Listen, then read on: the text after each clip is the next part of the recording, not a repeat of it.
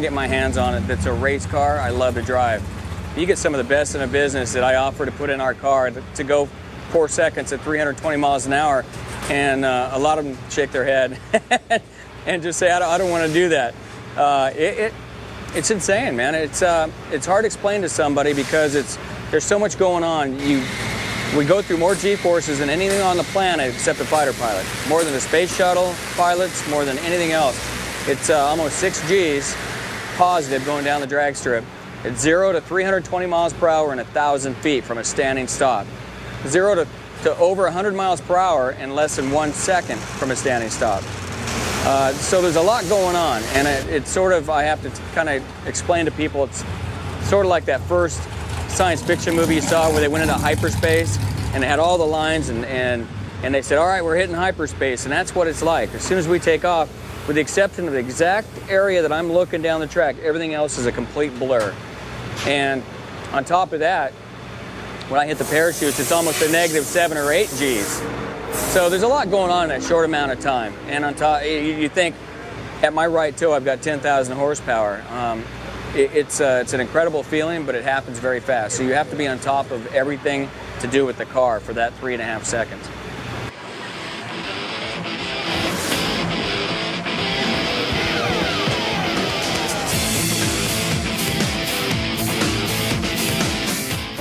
Our season's good. We lost the heartbreaker in 2012, lost the championship by 2 points, and it came down to myself and my teammate, and we battled back and forth. And we have what's called the countdown to the championship, and it's much like the chase in NASCAR or playoffs.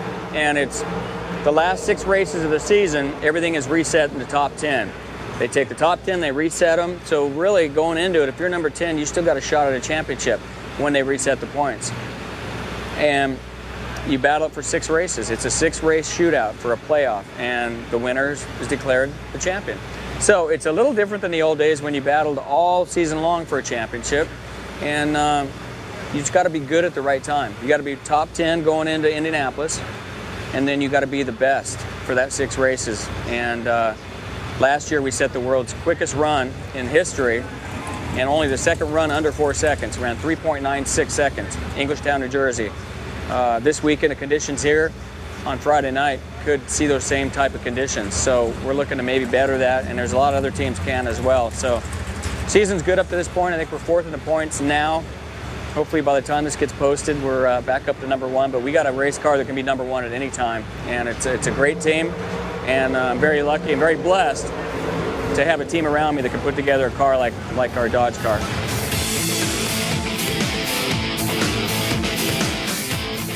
You know, coming to New Hampshire has been a long time coming. I've never been here. Only guys like John Force and some of the guys that have been out here for a while have match raced here a long time ago. It's a small track that after this weekend, I guarantee we'll be back and they'll have a bigger parking lot, bigger tower, bigger everything. Because this weekend, I can already tell that the traffic's out both sides. The grandstands had to be extended for reserve seating, which is all good. It's a great racetrack. The surface itself is concrete. The whole track is a concrete surface, so that is good for us, especially when the heat comes, because the track may heat up, but if you have asphalt, as a lot of iRacing people know, the difference between getting on asphalt and concrete is huge, and the concrete will uphold the heat better. And when you're talking about 10,000 horsepower and trying to plant those Goodyear tires on the ground for 4 seconds and not lose traction, concrete's important. But I'm glad to be here. I mean, I've raced 16 years, and I've always read about New Hampshire and what it was like in the old days at New England Dragway. And I just never had a chance to come here. Reading about the Snake and the Mongoose and Jungle Jim and all the guys on the East Coast, and being a kid from California, it's cool to finally be here.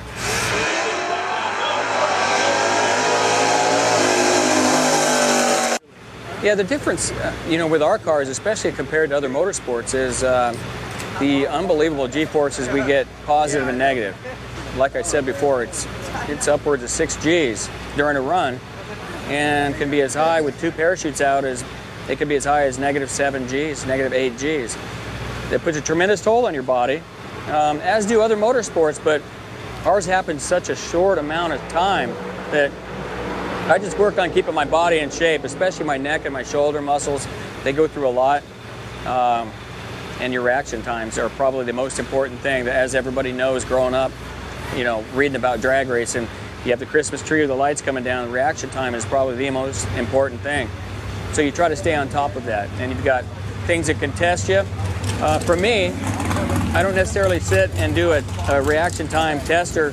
For me, I work on hand-eye coordination, and the best thing I have found is simulation racing and iRacing. That's why I was so excited about when it came out, the chance to get in a Formula One car, which on a track that the car is moving around, there's no better tool to be able to work on your hand-eye coordination, listening to the car, feeling the car, having your hands do what they're supposed to do, split second. So there's a lot of things that I try to work on, but mainly it's just hand-eye coordination and reaction times.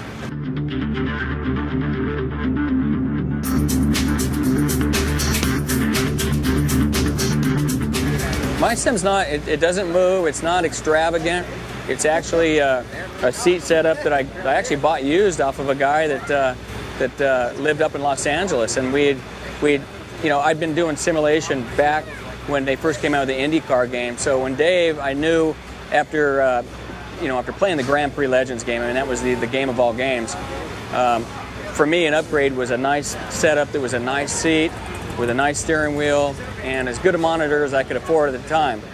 And now you see these ones that move around and stuff, and that's not what I have at home. I've got a nice, simple setup, but it does the job for me. And I can adjust my seat, and the best part is I can adjust it so when people come over and we'll have a party at the house, or people to visit, or friends just come over, I mean, they gravitate right out into that thing, and I'll put them on with maybe a cup car at a nice, easy track. And then as they get more and more cocky, I'll move them into other vehicles. But for me, when I get in iRacing, one of my favorites is the Silver Crown car on a fast, high-banked oval. I just love the twitchiness of the car and having to feel the seat of your pants and feel the car and listen to the car. And it's one of the most exciting. You find yourself holding your breath a lot of times, lap to lap, and sometimes going down the straightaway going, breathe, breathe. And that's probably what it's like in real person racing those cars. But it's fun getting a bunch of guys together and getting on there or getting into a race. And I'm more of an open wheel guy, so I love the open wheel stuff. But it's a big part of my life. When I go home, there's always time. There's family time, but there's iRacing time. And it's got to be, my wife knows I got to get on there and I got to get that out of my system, because if I don't, I'm going to be a grump. Yeah, the Pro Race of Champions for me, it's sort of, you know, I circle it on my calendar because it's a big deal to me, and it's something I want to make sure that I'm around when the announcement's made of when it is and you get the invite. To me, it's sort of like getting invited to the Prelude to the Dream, which is a race I've raced with Tony Stewart and all those guys for several years. It's just something I look forward to. You get to kind of test yourself with some of the best drivers in the world. And I know a lot of them spend a lot more time than I do on it. I know a lot of them probably have better setups than I do. But it's still the fact that I'm racing with some of the best racers and from different types of auto racing. And the biggest thing is guys always give me crap when we're in there, jokingly, because it's a tight-fit fraternity of race car drivers. You know, no matter what you drive, it's still a fraternity. But I'm always getting jabbed no matter what kind of racing I go do. The only thing I know how to do is go straight. So it's funny how, you know, I get in there, but man, it's like, I tell the family, don't bug me. It's just as serious. You can't come ask me questions on it. I can't pause it. And, you know, I get ready for this thing. It's like a serious race for me. So I had a pretty good time. I just try to finish. I know I'm not going to win, but I still have a blast. And just, it's really funny because you'll find yourself after the race is like, woo! Like you're kind of shaking, like, man, you know, or maybe in the middle of a caution or something, and you're like, so it gets exciting. Yeah, as soon as last year's Pro Race of Champions is over, I'm already ready for next year. You know, I guess I need to upgrade something, and I think it's starting to be, I need to upgrade my time on iRacing, because I found myself on there for qualifying thinking, man, that was a great lap. And then looking on the list, I'm like mid-pack. I'm like, God, what do I got to do to pick it up? But that's motorsports. That's auto racing. That's how you dig to find those little fractions of a second here or there. And it's such a cool deal because I got a lot of friends and family and a lot of fans that tune in to watch it. And it's sort of like they're watching a race. They see me in my Napa truck or car or whatever I'm racing on there, and they're able to watch their other favorite racers, and it's just a lot of fun. Advice for anybody new to iRacing is don't overextend yourself. You don't need anything fancy, but make sure you get good equipment, and you're not going to be the best, and you're not going to get the best license right off the bat. It's all about the journey. And like anything else, you work your way up, and that's the funnest part of having to do good in races, not make mistakes, don't wreck people, and do your best. And that's the way you're going to progress, just like you would in real life. You're not going to go out there and jump in a Williams Formula One car as a rookie driver because, let's face it, you got to be very good to race some of these cars at that level. And that's what iRacing is all about. It's about making yourself better, working your way up from a car to a better car, making your lap times better, and most importantly, keeping your reputation good as you would in real life. If you go to race anything, I don't care if it's a club or you're a NASCAR driver or you're a Formula One driver, you want to be looked at by your peers, and you want the respect. And if you race like an idiot on iRacing like you would in a regular series in a car, you're probably going to get either kicked out or somebody's going to have a bad feeling about you. So just take your time and do things the right way.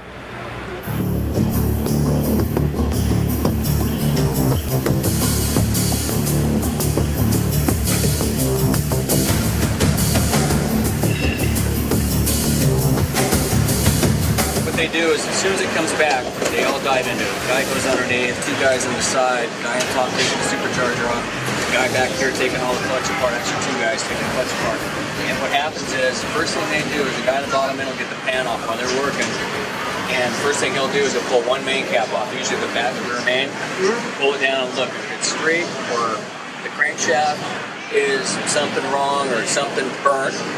Right away he'll say no, he'll tell them something, but basically the block and the crank are coming out. The whole thing's coming out. So they'll get another motor we got ready out and be ready. If everything's good, just say everything's good, then when they take it all apart, these heads come off, supercharger goes over, he'll re-strip the inside of the supercharger. There's Teflon strips. He'll pull the old ones out, put new ones in, so it's got a good seal again. And he's already got heads with the headers on them already, and they're ready to go. I'll show you those in a second. So basically, if the block and the crank are good, it stays in. They actually can do a turnaround quicker if they put a whole new motor in it. They'll do it in 35 minutes and have brand new everything ready to fire up again. So it just depends on the crank and the block right off the bat. If the crank and the block are good, it'll stay. The heads and everything go in, they get serviced to run again maybe the next day or 2 days or the next weekend. If they didn't get hurt or burnt or heads, you do, hopefully everything's all right. We've got 9 motors ready to run. So what I'll do during the burnout, they have the pump on halfway. And then when I roll up the stage, I drop the body down and do all my stuff. And I light the first pre-stage, and both drivers do that. That means you're ready. I'll pull the pump all the way on, and you'll hear the RPM drop a little bit up there. And then when we roll in to light the stage light, what I do is I let my foot, I'll pull the pump on, let my foot off the clutch. I'll count 1,001, 1,002, then I let my foot all the way off the clutch. And because it's a centrifugal clutch, I can hold the car sitting there at idle with the brake. And then I'll just let the brake off and just let it ease in, because you only got to roll about 8 inches. I take my foot completely off and I set it back here. And because it's like a mini bike when you're a kid, when it's centrifugal clutch, it slowly applies clutch. It's basically what it is, except it's a 5-disc clutch in here. And so I'll let my foot off, hold the car with the brake. That's when you really hear the RPM drop. You'll hear it the second time is when my foot comes off the clutch. It'll go bump, bump, bump, bump, bump, bump, bump. And then I inch it forward with the brake. And as soon as the stage light comes on for both drivers, the flash of the yellow and green comes down, we basically just hit the throttle as quick as you can, and you let go of the handbrake all at the same time. It's your gas pedal and your handbrake. At the same time, it's foot down, hand off the brake. And you just let the brake go. It'll tear the brake out of your hand anyway. If you don't let go of it, it'll pull it right out. So, but you try to do that at the same time. And then you hang on.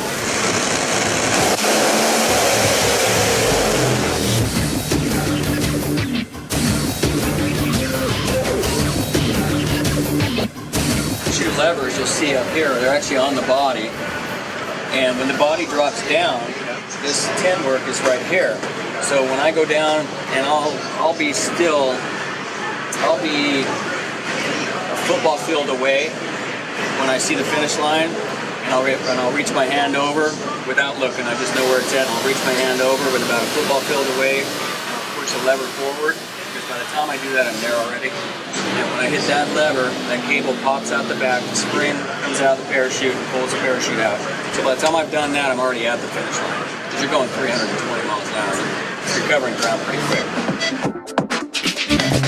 There's a button underneath that starts all the timers, and the timers depict how quick that clutch locks up, because they want to apply clutch as you get going.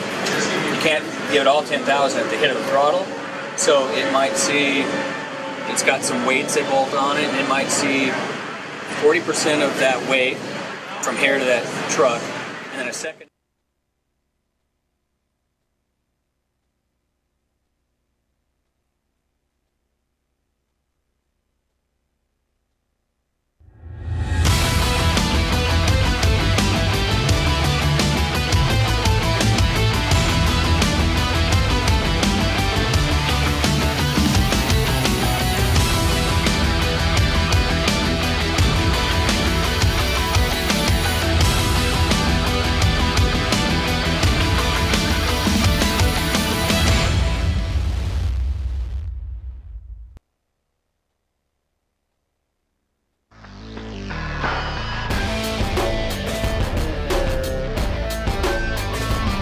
The road to $10,000 in Homestead Miami Speedway begins right here tonight at Racing Daytona International Speedway in the first event of the 17 race NASCAR Peak Antifreeze Series presented by iRacing.com. Good evening. Welcome to another fun-filled and exciting, very, very promising season here on PSR TV. Of course, our broadcast partners, Nesson, MRN Radio, and iRacing Brazil, also joining us here tonight. My name is Tony Stevens, joined alongside Joe Cortez. Tim Terry will be back in a couple of weeks. He's on a trip back to the Great White North of Canada from Daytona International Speedway. And Joe, new season, the slate is clean. Everybody has the scorecard even now. It says 0, but at the end of tonight's broadcast and tonight's race, that scorecard is going to change. New season, new sponsor with Peak Antifreeze coming on to sponsor the Peak Antifreeze series powered by iRacing.com. And so this is going to make one of the more exciting seasons of all time, Tony. Absolutely clean slate. Everyone starts with a brand new opportunity, a brand new fresh start for that $10,000 prize at the end of the tunnel. You have two returning champions, both hungry to get back in victory lane. And then you have a lot of guys that have either been around this sim since the dawn of time or been around sim racing since the dawn of time. And you have a bunch of newcomers that worked their way up through the Pro Series. Tony, get ready for what's going to be the best season yet. I think you're right, Joe. It's going to be a very exciting season, the 5th season of the NASCAR Peak Antifreeze Series. Certainly something we're looking forward to. It doesn't seem like it's been 5 years, but it certainly has. 3 different champions crowned. Thousands of dollars of cash and prizes have been given away and presented to champions and top finishers in the series throughout those previous 4 years. And, of course, as you mentioned, we're welcoming on board the Peak Antifreeze organization, all their fine products and the things they can help do for these iRacers. And, of course, there's a lot of things iRacing can help do for them. So I think it's going to be a very, very cool partnership. We'll talk about that a little bit more later as we go on through the broadcast. One of the guys that's taking advantage of the iRacing.com series here, sanctioned by NASCAR, now the NASCAR Peak Antifreeze Series, is Tyler Hudson, last season's champion. He got the whole gamut. He got the champion's treatment. It all started with the trip to NASCAR's finale at the Homestead Miami Speedway, and well, after that, it was a whirlwind media tour for Tyler. Take a look at some of the things he got to experience after his championship last season.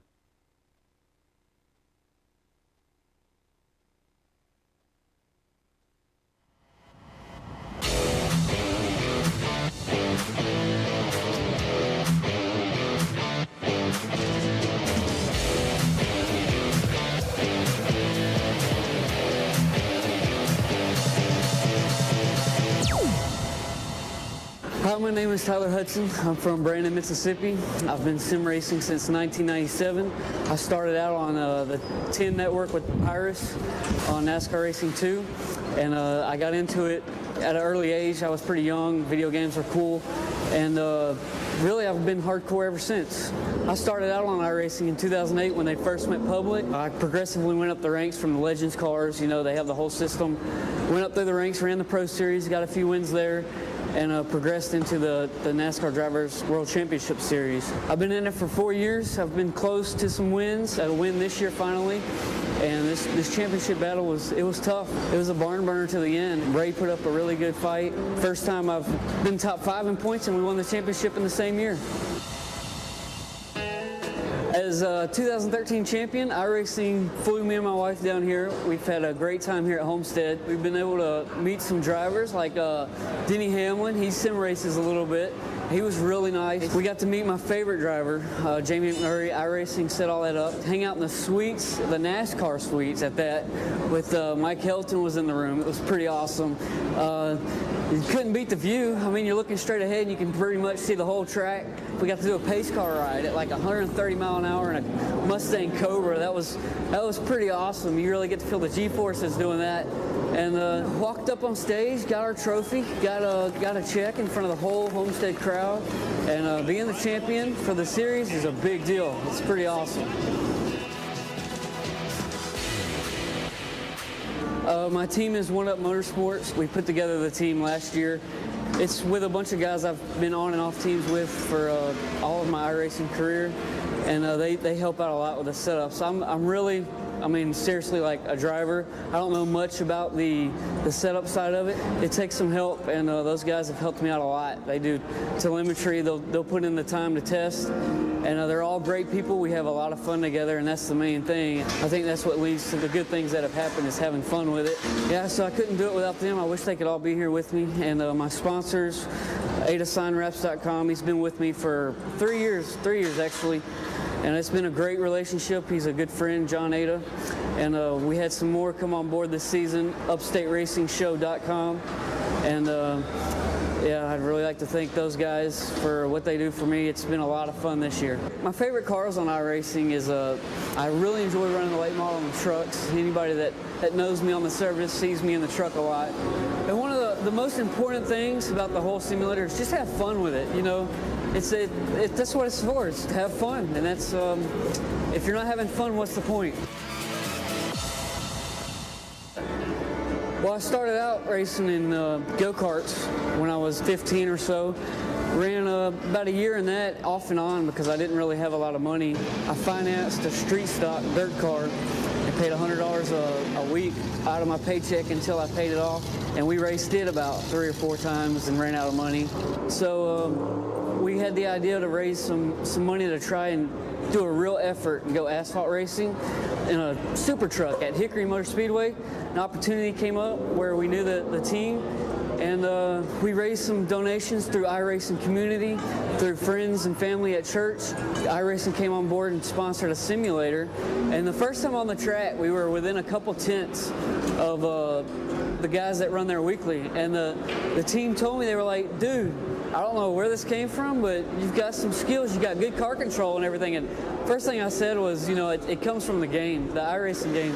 It really helped me with my ability to control the car, to get around the corners like I needed to enter right, to get the apex right. Everything translates over, and it was a huge help because I'd never been on asphalt before other than the simulator. So it transferred nicely, and the guys were really impressed. We finished out the year and got Rookie of the Year, a few top 3 finishes. It was a huge success and had a lot of fun with it, learned a lot, and all it makes me want to do is get back in the car. This year we're going to try to go back dirt late model racing, and if we don't run out of money, but you know, if anybody out there wants to help us out and sponsor us, hey, this is your opportunity. I won the World Championship and we're going to go racing next year. So hey, get right on board. And it's going to be a lot of fun. I'm really excited and I can't wait to get out there.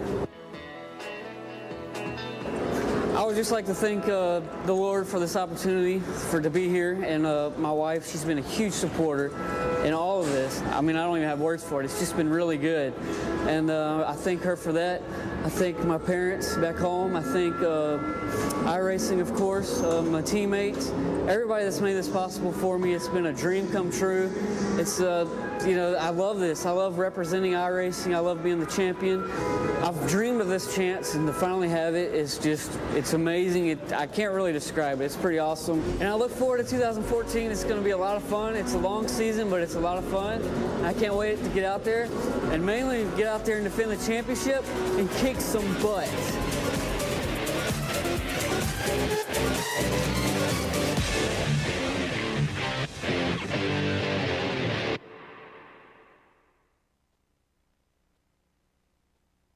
And that pretty much sums up Tyler Hudson and everything he had to go, well, I say had to go through, willfully and very happily went through in his offseason, Joe. Very quick offseason for him, but because of partners like NASCAR, this season new partner Peak Antifreeze, there's going to be a lot more that I have a feeling coming for this year's champion. You never know, it could be Tyler repeating again this season. You know, Tony, and watching that video, watching all the excitement, everything you got to go through, you know it's got to make all these drivers that much more hungry. They've got a taste of it. They've got a feel for what it means to be champion, living vicariously through Tyler Hudson. Now they want to experience it for themselves, and it all begins tonight. Certainly does. And speaking of things happening, we're glad to welcome to the booth with us here Nick Wren, the Director of Licensing and Account Management for NASCAR. And Nick, I know you guys look forward to this, and you're so proud of this association with iRacing, but what has iRacing done for you guys, and of course this new partnership with Peak? Tell us all about it, because obviously it's got to be a win-win for everyone involved, or it wouldn't have happened. No, it absolutely is. The series has grown so nicely over the past few years, and what we've seen by way of the champions rather, that have been coming through, the quality and the level of competition we've seen grow and get better and stronger. And really, I think that's what drew Peak to the sport. Brian Emmerich, who's the CMO over there, he's a really visionary guy, really savvy motorsports marketer. If you've seen a Peak commercial during any sporting event, this guy's been behind it. And he's seen the quality of the competition in this space.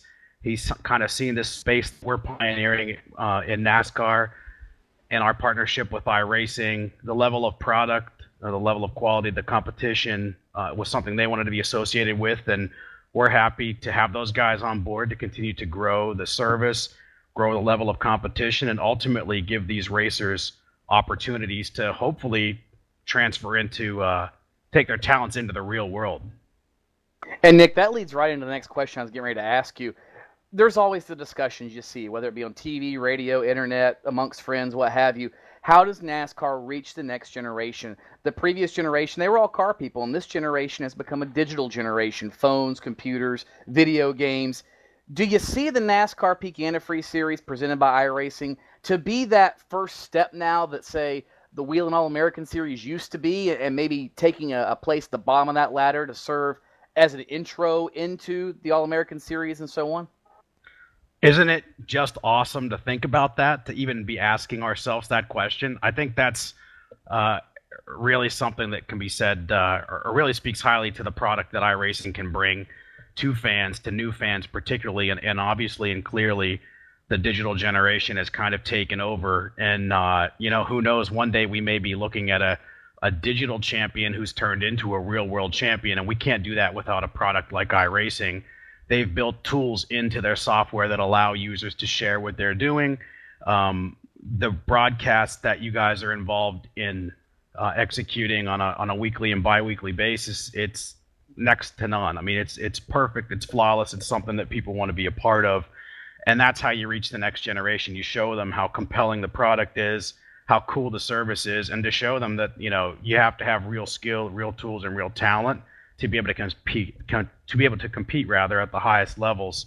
And this is the place that you're going to do that. And Peak's going to help us attract even more people. And we certainly are looking forward to that, Nick. Well, we're about ready to get the cars gridded here on the front straightaway and on the pit lane. So sit back with us, enjoy this, the first round of the newly named and newly branded NASCAR Peak Antifreeze Series.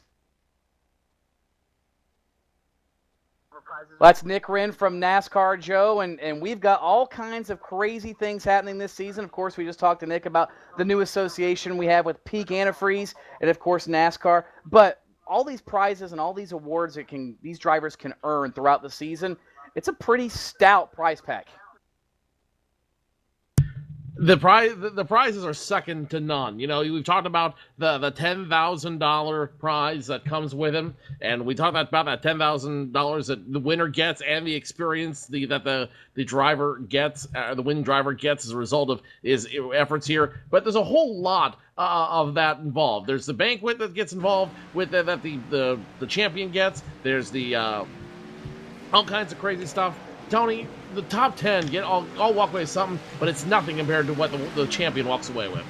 You're absolutely right, Joe. We'll touch on it a little bit later, but you know what? There's all kinds of things. You get to be part of the NASCAR banquet. You get a trip to Homestead. There's cash involved, rings, you name it. We'll touch on it all throughout the broadcast. Real quick, let's take a break and get a moment in and a word from a couple of our sponsors.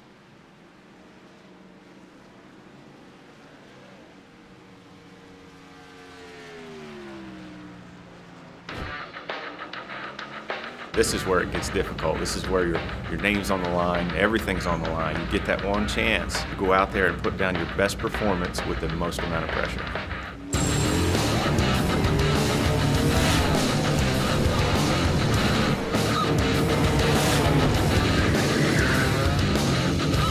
So you got to take this race car, this whole new group of people, go to the racetrack, somehow impress them, and oh, by the way, you got to do it now. It's now or never. The first thing that went through my mind was like, no way. Just be real important to try to figure out how to keep the tires under him and run a smart 150 laps. They might bump him around a little bit, but what doesn't kill you makes you stronger.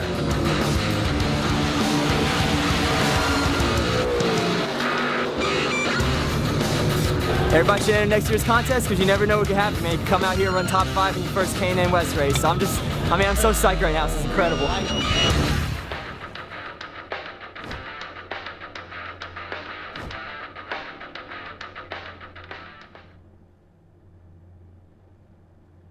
Welcome back to Daytona International Speedway, the world's center of racing, for this, the very first event of the NASCAR Peak Antifreeze Series, here live on PSR TV. Once again, a welcome to you if you're watching on any of our broadcast partners, including MRN, Nesson, and iRacing Brazil. And of course, if you're watching on the iRacing Live tab, make sure, if you're not already, take advantage of any of those promotional offers you might see on iRacing. I know MRN has a promotional offer on their page as well.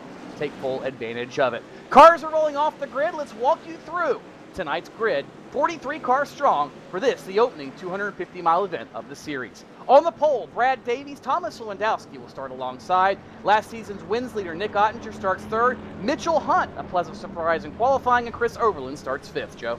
Corey Bias in the 27 machine starts position number 6. The two-time champion Ray Alfala in the 2 machine position number 7. Danny Hansen in the 32 on the outside of row number 4. Position number 9 is the 8 of Callum Gilliland. And then Brian Day in the 4 machine rounds out your top 10. Michael J. Johnson, the 39, 11th. Alex Scribner rolls the 50 from 12th. It is Josh Berry, the junior motorsports driver, in 13th. Brian Schoenberg and Ashley Miller in 15th. Alex Moore in the 82 is 16th. New face to the Peak Antifreeze Series. Kenny Humpy in the 58 machine, 17th. Brandon Hawk, 18th. Robert Hall, 19th. And last season's champion, Tyler Hudson, the 01 machine, starts on the outside of row number 10. 3 wide, Byron Daly starts 21st. Trey Eidson, Brandon Cattell, Justin Bolton, and Michael Connie make up the next 5, Joe.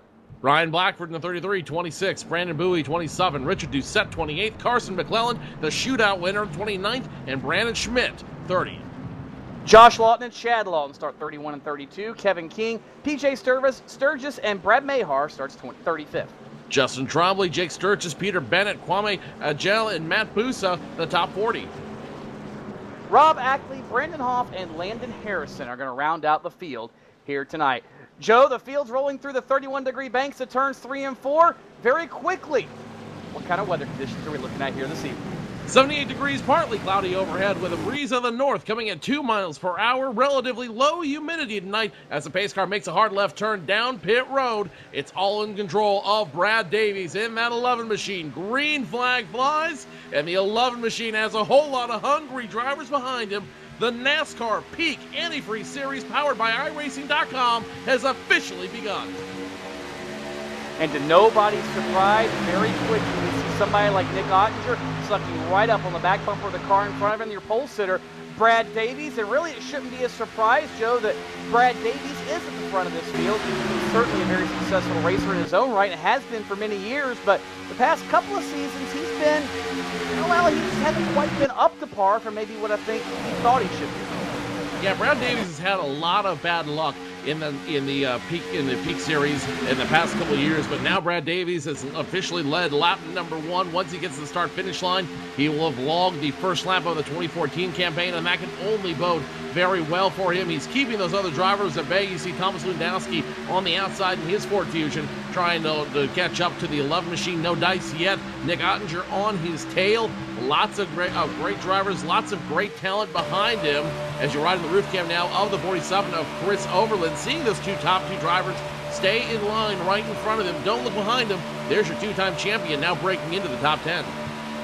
Imagine that, Ray Alfalla, brand new team, Slip Angle Motorsports this season, and he is newly energized. New colors, too, on that blue number 2 machine. Very different. We're so used to seeing him in that white and black and green number 2. This one a completely different look on the racetrack. It'll probably take us a couple races to get used to that. Something we might see already, Joe, is that in previous years on restrictor plate racetracks, or at least last season, we're used to seeing the tandem draft really take effect. We're used to seeing guys be able to push each other through the field, around each other, and suck each other apart using the virtual model of the draft that iRacing's created. But as iRacing has always done, Joe, they have pretty much mimicked the same exact aerodynamic properties you see on the actual Gen 6 car, at least to the best of their abilities. And already what we see is a race very similar to what we saw a couple of nights ago at Daytona. The cars are still in a pack. They're able to get close together in draft, but you don't see that tandem draft that it has got so many fans just absolutely split. The polarity of that is amazing. You know, and the beautiful thing about the iRacing sim is that it's always evolving, it's always changing, and it's always changing itself, updating itself to be the most realistic situation you can be in without actually climbing in to one of these 800 horsepower machines and going over 200 miles per hour down the super stretch itself. New leader up front, it's a 19 of Mitchell Hunt, who took the lead away from Thomas Lewandowski, who took the lead away from Brad Davies. Now outside lane starting to show its strength out there. The 27 machine, that's Cody Bias, with the help of the 32 of Danny Hansen. They're trying to make their way up front, but the 19 right now is the one to beat. Mitchell Hunt, but continuing to find a way to fight him off with the help of the 16 of Tom Lewandowski and the 11 of Brad Davies. And again, new names, new colors. We've seen a lot of drivers come up and graduate, if you will, from the NASCAR iRacing Pro Series, which is pretty much the essential equivalent of the Nationwide Series, if you will, before you work your way to the Peak Antifreeze Series now. And, you know, I think that is, because of the way it's set up, as we talked earlier, Joe, a really good indicator of talent. You're driving essentially the same race car, and now you just have to change the competition. You have to raise your level of competition a little bit, but some of these guys have been at this for years, like many other drivers in this field have been, like a Cody Bias or Mitchell Hunt.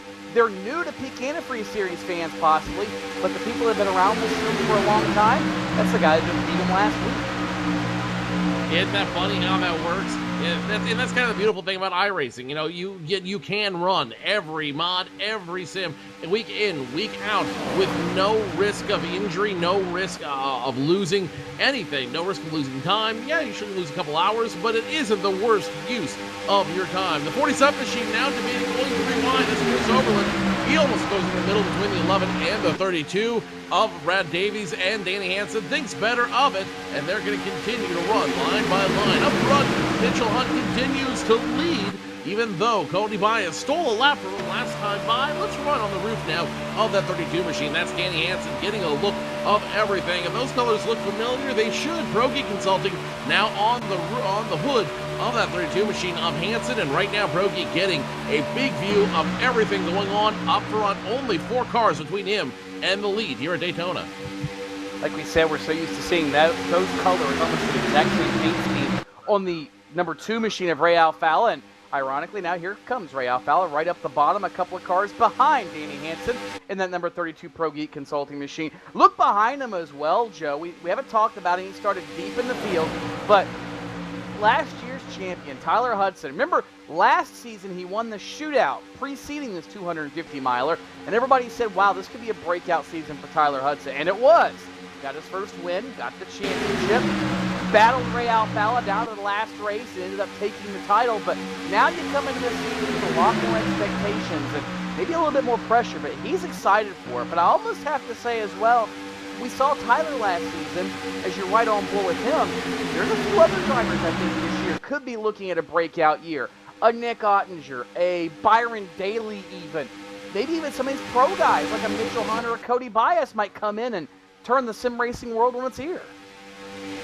With the beginning of every season, that is a new opportunity for all of these drivers to really make a name for themselves and really show what they have and what they are capable of. There's no better proving ground in sim racing than the Peak Series, and you're seeing that happen here tonight. 9 laps run, scoring 9 laps now. 9 laps clean so far, and now 3 wide around your champions. The 2, the 0-1, the 80, all running 3 wide through turns 1 and 2. The 58 machine getting close, almost cutting off the 55 machine of Schoenberg. Kenny Humpy making a name for himself real quick out here. And then there's that 80 machine, Brandon Cattell, out of nowhere, is finding his way up front, and he is climbing the ladder quickly and in a hurry. You know, if you'd have told me you put a car outside like Brandon Cattell is right now, that 80 machine by himself, he would drop like an anchor is what I would have figured, but no. Look at this. He's starting to draw some people on the outside with him. Chris Overland, in the 47. Shot up in front of him. He wants a push from Brandon Cattell, and look behind him about 2 or 3 spots. That's the 24 of Carson McClellan. He was the shootout winner just a couple of weeks ago. He too now going to try the very top side of the racetrack, as is number 1 of Rich Doucette. It looks like that maybe the trendsetter is Brandon Cattell. The problem is now, Joe, that margin for error up front just got very small, and I think it already, look, a lot of these leaders now backing off. Look at Kenny Hansen. He just said, get me out of here, as things are starting to get heated up real quick up front. That's a very dangerous situation to be in so early in the race. We're only scoring lap number 10, and already these guys trying it 3 wide. The good news is we've seen that they can make that work. That 3 wide can go here at Daytona in this Gen 6 car, and they're going to try it again. The 80, the 27, tired of looking at the bumper of that 19 machine, so they're going to try to get by him one more time. The 19 using the side draft to his advantage, and he is holding on, but for how long can he do so? The 19, here comes the cavalry behind him. The 8 machine of Adam Gilliland, a regular in the series, a perennial favorite in the series, he's now going to make the move. The 24 of Carson McClellan, your shootout winner, he's now in the mix once again, running right beside the 2 of Ray Alfalla. Kenny Humpy, your Pro Series champion, he's now in the mix. He's around position number 12 right now. So you talked a minute ago about the Pro Series drivers, Tony. You're seeing Kenny Humpy now make his way through and try to make a name for himself early in this running of Daytona. Yeah, Joe, really it shouldn't come as any surprise. Kenny Humpy, again, a very seasoned simulated racer. Various titles, whether it be iRacing, whether it be the old NASCAR racing series from Papyrus, even if it's the old ARCA sim racing sim that had a very brief life. He's very strong in that as well, so it should be no surprise that Kenny Humpy has taken now coming through all those different types of race cars and all these different series as a strong horse. That he's going to be good, and here he is, knocking on the door of the top 10, a Pro Series champion. Yeah, Kenny Humpy, I think, might be the equivalent, but he certainly is promising, just like Kyle Larson is promising in the Cup Series. Meanwhile, back up front, new leader Chris Overland in the 47 machine, that almost neon yellow double clutch machine. He is finding a way to get up front and has made his way up to lead some laps here at Daytona. Lap number 13, and already business picking up on track. Overland leading a lap. The number 27 machine of Corey Bias, though, he is trying to make himself a name, and he is already looking for that pass up high. 2 by 2 they go, 8 deep. The last 2 cars on this group, the 05 of Nick Ottinger and the 1 of Richard Doucette. I think Nick Ottinger, Joe, might have something to prove here this season. Remember last year, if memory serves me, kind of got knocked out early in Daytona, didn't have the greatest of luck, and really there were a few drivers that fell into that boat. Ray Alfalla was one of them. He got caught up in the big one early, had to soldier on just to kind of make points and make laps, but I think that Nick has something to prove. After last season, he won, 5, 6 races, and he still finished 3rd in the championship. As here we go up front again. Look at Mitchell Hunt up top, trying to do the same thing that Cody Bias did and that Brandon Cattell did, but it's not going to work for him. Mitchell Hunt going to fall back to the to the third spot on the outside line. That's about sixth spot or so, depending on where and when you're scoring at home. But you just learned something, Joe, just as Brandon Cattell and others did a few laps ago. There's something up top if you've got the right momentum, if you've got the right situation. But it's not always going to work for you. Here he goes to the bottom. Cattell does. He looked under bias. Nothing there, but I think Brandon Cattell has a very, very strong race car, and maybe a little more so than he's already shown. I think one of the keys here at Daytona is not showing your hand early in the race. You don't necessarily want to show everything your car can do. You want to be able just to play it slow, see what everyone else does, and react when the time is right. Chris Overland doing the exact opposite right now as he almost cuts off the 27 machine of Corey Bias. Bias has nothing he can do but hold on, able to save it, no contact there, but Corey Bias now on the back bumper of Chris Overland. Another lead change up front, and a couple other guys now looking to get back in the mix. Brandon Cattell in the 80 machine back in the mix. Adam Gilliland, a guy we haven't talked a whole lot about. He was very quiet last season, kind of ran mid-pack all the way through the season, made his voice heard a couple times, but I think tonight, running in the top 5, he knows that he's got a lot this season, and he wants to make his voice heard sooner rather than later. Well, Joe, you got to remember, you can say he didn't really do a whole lot last season. You're right, with the exception of winning Daytona. Adam came out of the box strong because he is here tonight, led a large portion of this race last season, and ended up in victory lane. But, like you said, then came the spiral down. He really wasn't heard from again. He had a couple of top 10 runs, and had a couple of times he was a decent car, but nothing to write home about. Well, this season, he's got his old number back. He's back in the 8 as opposed to the 81. We talked to him in the preseason Thunder and in the shootout as well, and he was very, very hyped up. He said, we've got the best team we've had in a long time.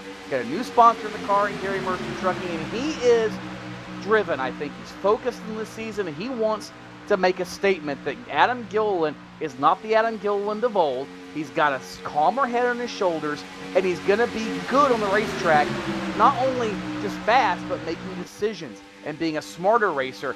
And so far, I think it's only been, 17 laps, but I think we've seen that so far between tonight, shootout a couple of weeks ago. Adam Gilliland might be somebody to look out as maybe a dark horse later this year. You know, and you can't help but wonder, seeing all the fanfare that Tyler Hudson got this year, the ring, the trophy, the trip to Homestead, Miami, the banquet at the Hall of Fame.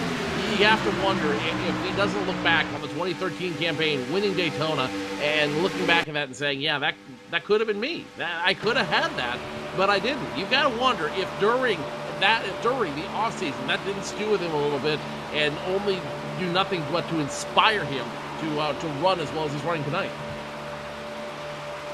Looking behind him now, look at Mitchell Hunt. He peeked out of line behind Adam Gilliland, thought about going to the outside, and here he goes again.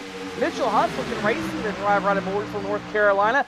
Thought about the outside once again. I think Mitchell now might be just a little bit impatient, Joe. Carson McClellan's right there on his back bumper. Remember, McClellan won the shootout a couple of weeks ago, came to the Pro Series, and really look at that outside lane. 3-4 guys that all came through the Pro Series have hooked up, and they're trying to go to the front. And that's kind of the fun thing about going through that Pro Series together, going through the Pro Series with a group of guys. You get to know people, you get to make friends with people, you start making deals, and all of a sudden, when you're all in the big show together, you've got that opportunity to run together, to hook up together and say, hey, let's get our names out there. Let's be a part of this race together. And once you're comfortable with their driving style, well, you know how they're going to react at certain tracks, you get to make better connections, and next thing you know, you're up in front challenging for the lead here at Daytona. New leader up front, Adam Gilliland, fighting off the 19 and 47 for position.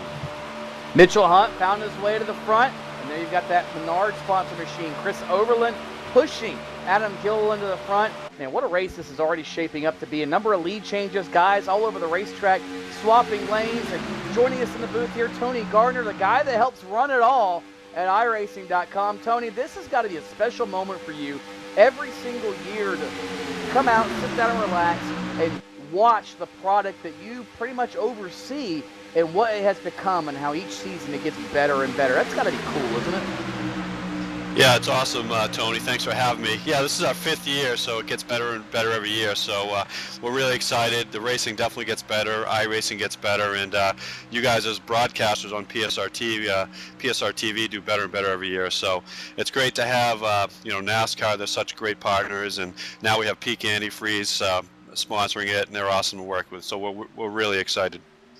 Well, we thank you for the kind words, and we're just excited, I think, as you are about these new partnerships.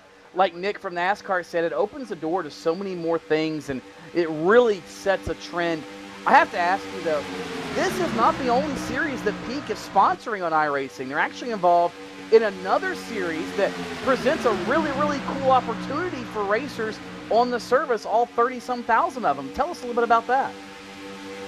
Yeah, I probably don't have time to go into all the details, but we're sponsoring they're sponsoring a series that anyone can join. You don't have to be a pro, but there's really cool prizes involved, and the winner of that series gets a chance at a real ride. So it's pretty cool. You can read all about it on iRacing, but we don't have time. But it's fun for anybody to do, and there's also some prizes for the people that win it. Certainly the best way to find out, though, log on to iRacing.com. If you don't have a membership, promotions going on now. You can get 3 months for the price of one. Check it out. I know MRN.com has a link from their page. Of course, there's a promo code, I believe, on the iRacing site as well. So certainly, if you're not a member, join in and read about it. If you are a member, check out the iRacing and all the news section. You can read all the details. But, Tony, thanks for joining us. We love what you're doing. And like you said, it gets better every single season. We look forward to seeing what this season can unfold into as the year goes along. Okay, Tony, keep up the great work, and thanks to you and all the guys at PSR TV.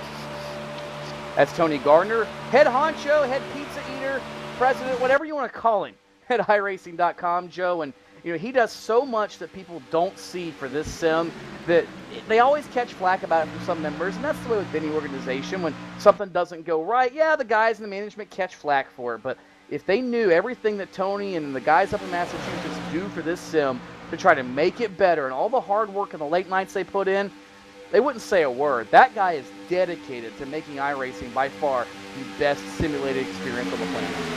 Well,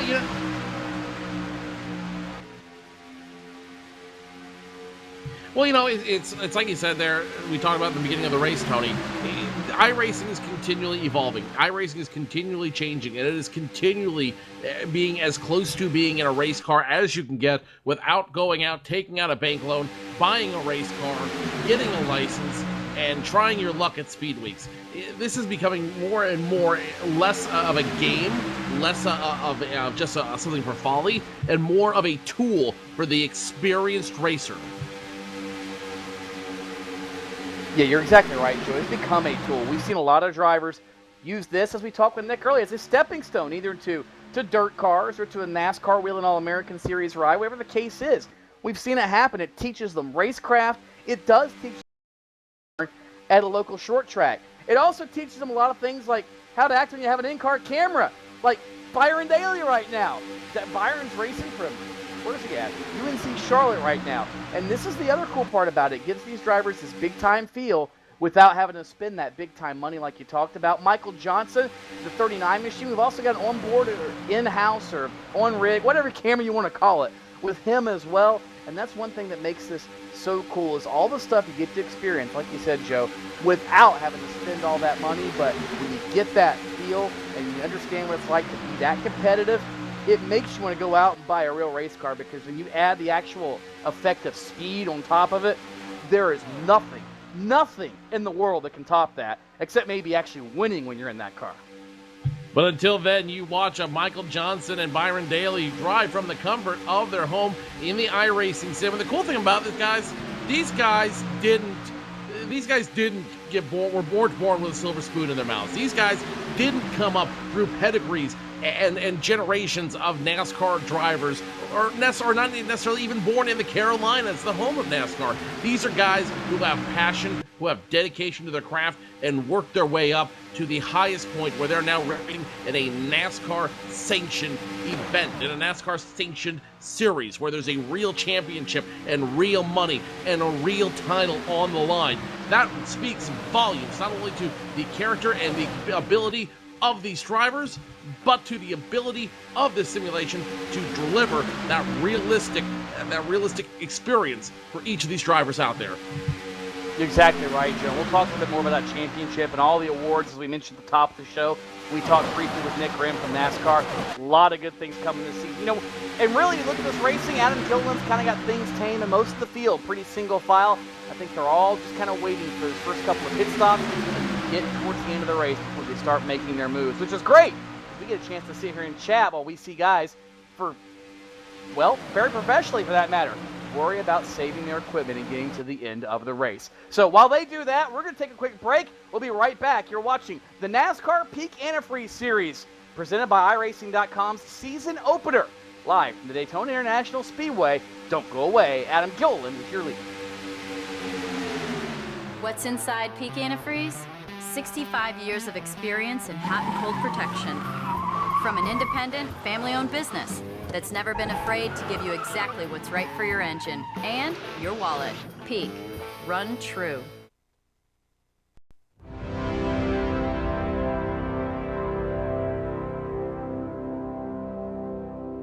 Race fans, it's time for those most famous words in motorsports. Drivers, start your engines!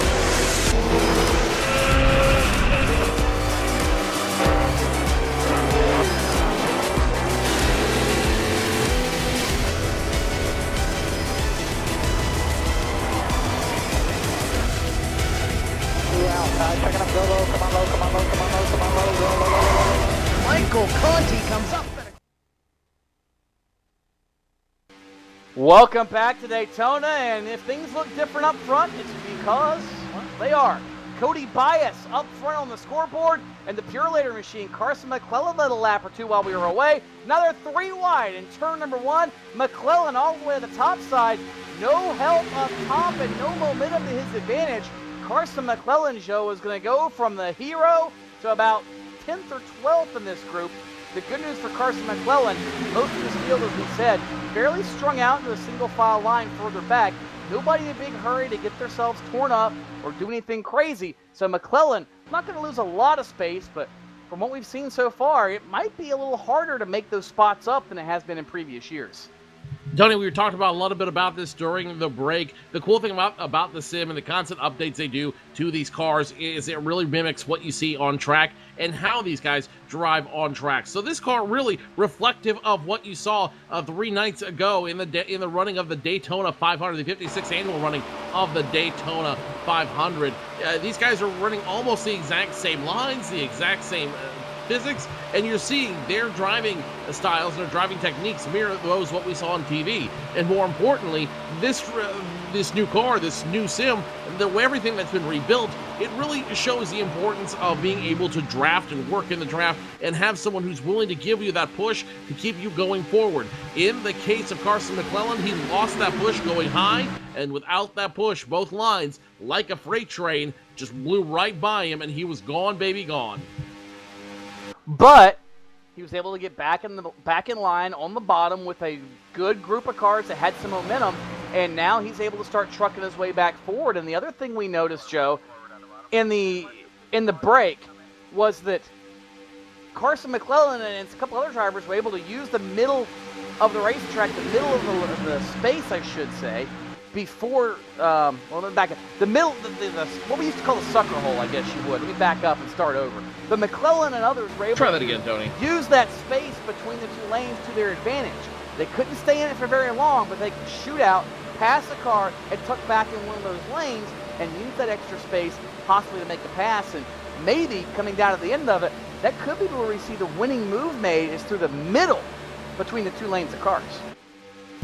It wouldn't surprise me if that happens. It wouldn't surprise me if we see that at all. All it takes is one driver with a lot of momentum making that bold move, and if he can get a push, if he can get a tailwind on him, then that might be the move to win the race. But everyone right now taking it very calm, very relaxed out there. Everybody just running their laps as if they plan to do it this way. A little bit of conservation racing. 35 laps being scored on the board right now, almost over a quarter of the way done, Tony. No yellow flags, not even a hint of trouble on the track. Now, as soon as I said that, though, it's going to jinx it entirely, but let's enjoy this moment of peace, this tranquility, and this quality racing while we have it.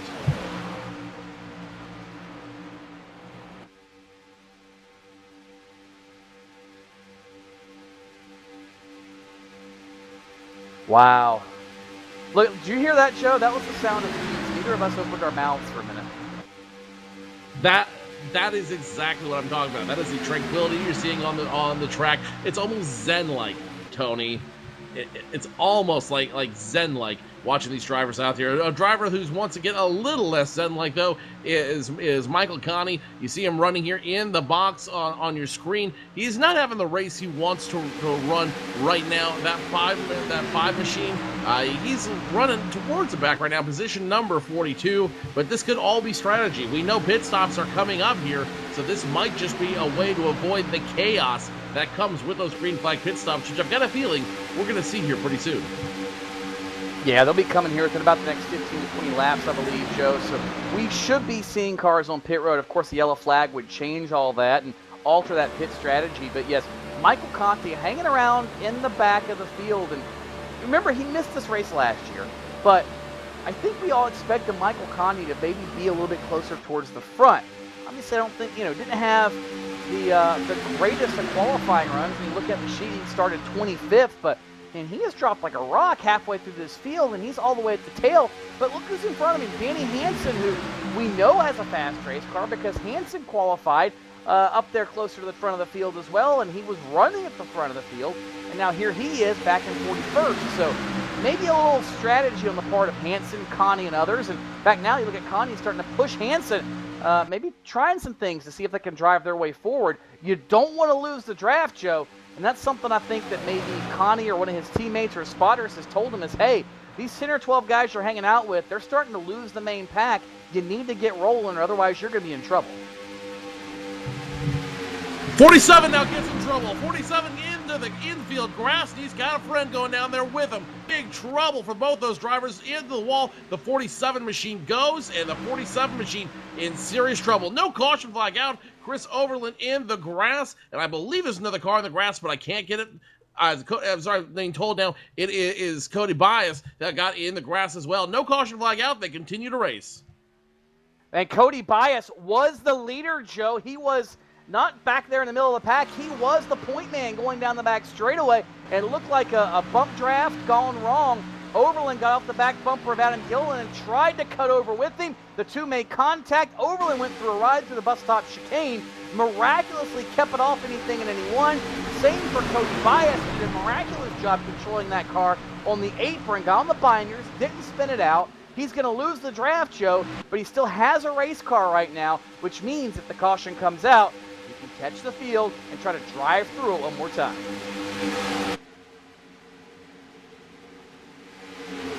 You're watching the replay in the box right now, and look at Chris Overland, not panic, not overdrive it, not make a rookie mistake here that could cost him his entire night. He just calmly kept off the gas, put the brakes on as best he could, and let it slide around him, and keep moving that car around. He was able to save it from the wall. The good news is he's got a full car that he can still run with. The bad news is, though, he's now at the tail end of the field. Nobody around him, and that is going to ultimately hurt his opportunities as this race goes on. Meanwhile, back up front, the 58, the 80 machine, They are doing battle with the 8 and the 1 right behind them. You ride on the 8 machine of Adam Gilliland. He was your leader last time by. This time your leader, Brandon Gattell's got the push from the 8 of Adam Gilliland, and they are taking off. But don't count out Kenny Humpy, your Pro Series champion. He's now in position number 3 and looking to do a little bit better than that. You see him off the back of the 8. Another car you're about to see here in just a minute. Last season's champion, Tyler Hudson, in the top 10. Yeah, Tyler's been very quietly just kind of hanging out inside the top 10 there, Joe. He swapped lanes a few times to give the top side a try. As here goes Doucette underneath of the 58 of Kenny Humpy. They're going to perform the swap. Apparently the 1 machine getting a little warm trying to push Kenny Humpy up through the field. But already now you see very quickly this field after that accident, a few guys jumped on the binders, a few guys had spotters tell them what happened, and we now essentially have 3 different packs running throughout the field, all single file, and we do, as we said, anticipate pit stops here in the next 10 or 15 laps. So probably everybody getting ready for that and just making sure that they don't end up in what could be a major accident. We almost had one there, but it was weird, Joe. It wasn't somebody really doing anything stupid. It was just a mistake. I mean, Adam Gilliland tried to change lanes. Chris Overland thought, I'm clear, and you have to make that call at literally 200 miles an hour, and it was a matter of inches. Overland misjudged. His spotter misjudged. Somebody did. As we've got pit stops, here comes McClellan down pit road. He's coming down 55 miles per hour. He and the number 30 machine. Coming down pit road of Robert Hall. We anticipate this to be no more than a 2-tire stop. Definitely a full tank of fuel. McClellan is in with 1 drafting partner on pit road with him. It appears it's going to be a fuel-only stop for Carson McClellan. No tires on that machine. So he'll continue on the same set of Goodyear Virtual Racing Eagles that he started the night on. Down and away for Carson McClellan. Same for Robert Hall. They'll rejoin the fray here in just a second. And now a bunch of other drivers starting to throw out their hands. Josh Lawton's going to come in. Kevin King's going to come in this time around. And now here comes Richard Doucette. Kenny Humpy also comes down. The one of Richard Doucette cleanly breaks in. The 58 of Kenny Humpy does the exact same thing. And now we should see Josh Lawton and Kevin King and a bunch of other drivers now coming down. Chad Lawton, Josh Lawton both down. The 82 of Alex Warren, he's down on pit road. The 1 of Richard Doucette on pit road. The 29 of Kevin King all on pit road. The guys, the seal has been broken, and now we're going to start seeing guys come down like it was their job on lap 44, which means they're not going to be able, they may not be able to make it all the way around on one stop. I was going to ask that question, Joe. Do we think anybody can stretch it to lap 50 and actually make this a one-stop race? You see your leaders now come down. Brandon Cattell's going to come down. He's going to be joined by Adam Gilliland, and they're both going to come down pit road this time on scoring lap number 45. The 19 machine of Mitchell Hunt joins them. Brian Schoenberg down there as well. Brandon Schmidt comes down. The 43 machine comes down. The 5 of Michael Conti. The 7 of Ashley Miller. The 32 of Danny Hansen. They're all coming down the attention of their crews. So the definitive answer, Tony, is unless we see some yellow flags, probably not. So in other words, this one can come down to pit strategy, and a well-timed yellow flag can wipe that out, or a big gamble on the part of somebody could put them in prime position to maybe pull out a win here, Joe. Who says you don't short pit another 15 laps, top it off, and go to the end? And then you get that well-timed caution where everybody else has to pit. If you're able to stay on the lead lap, maybe, just maybe, you end up in front.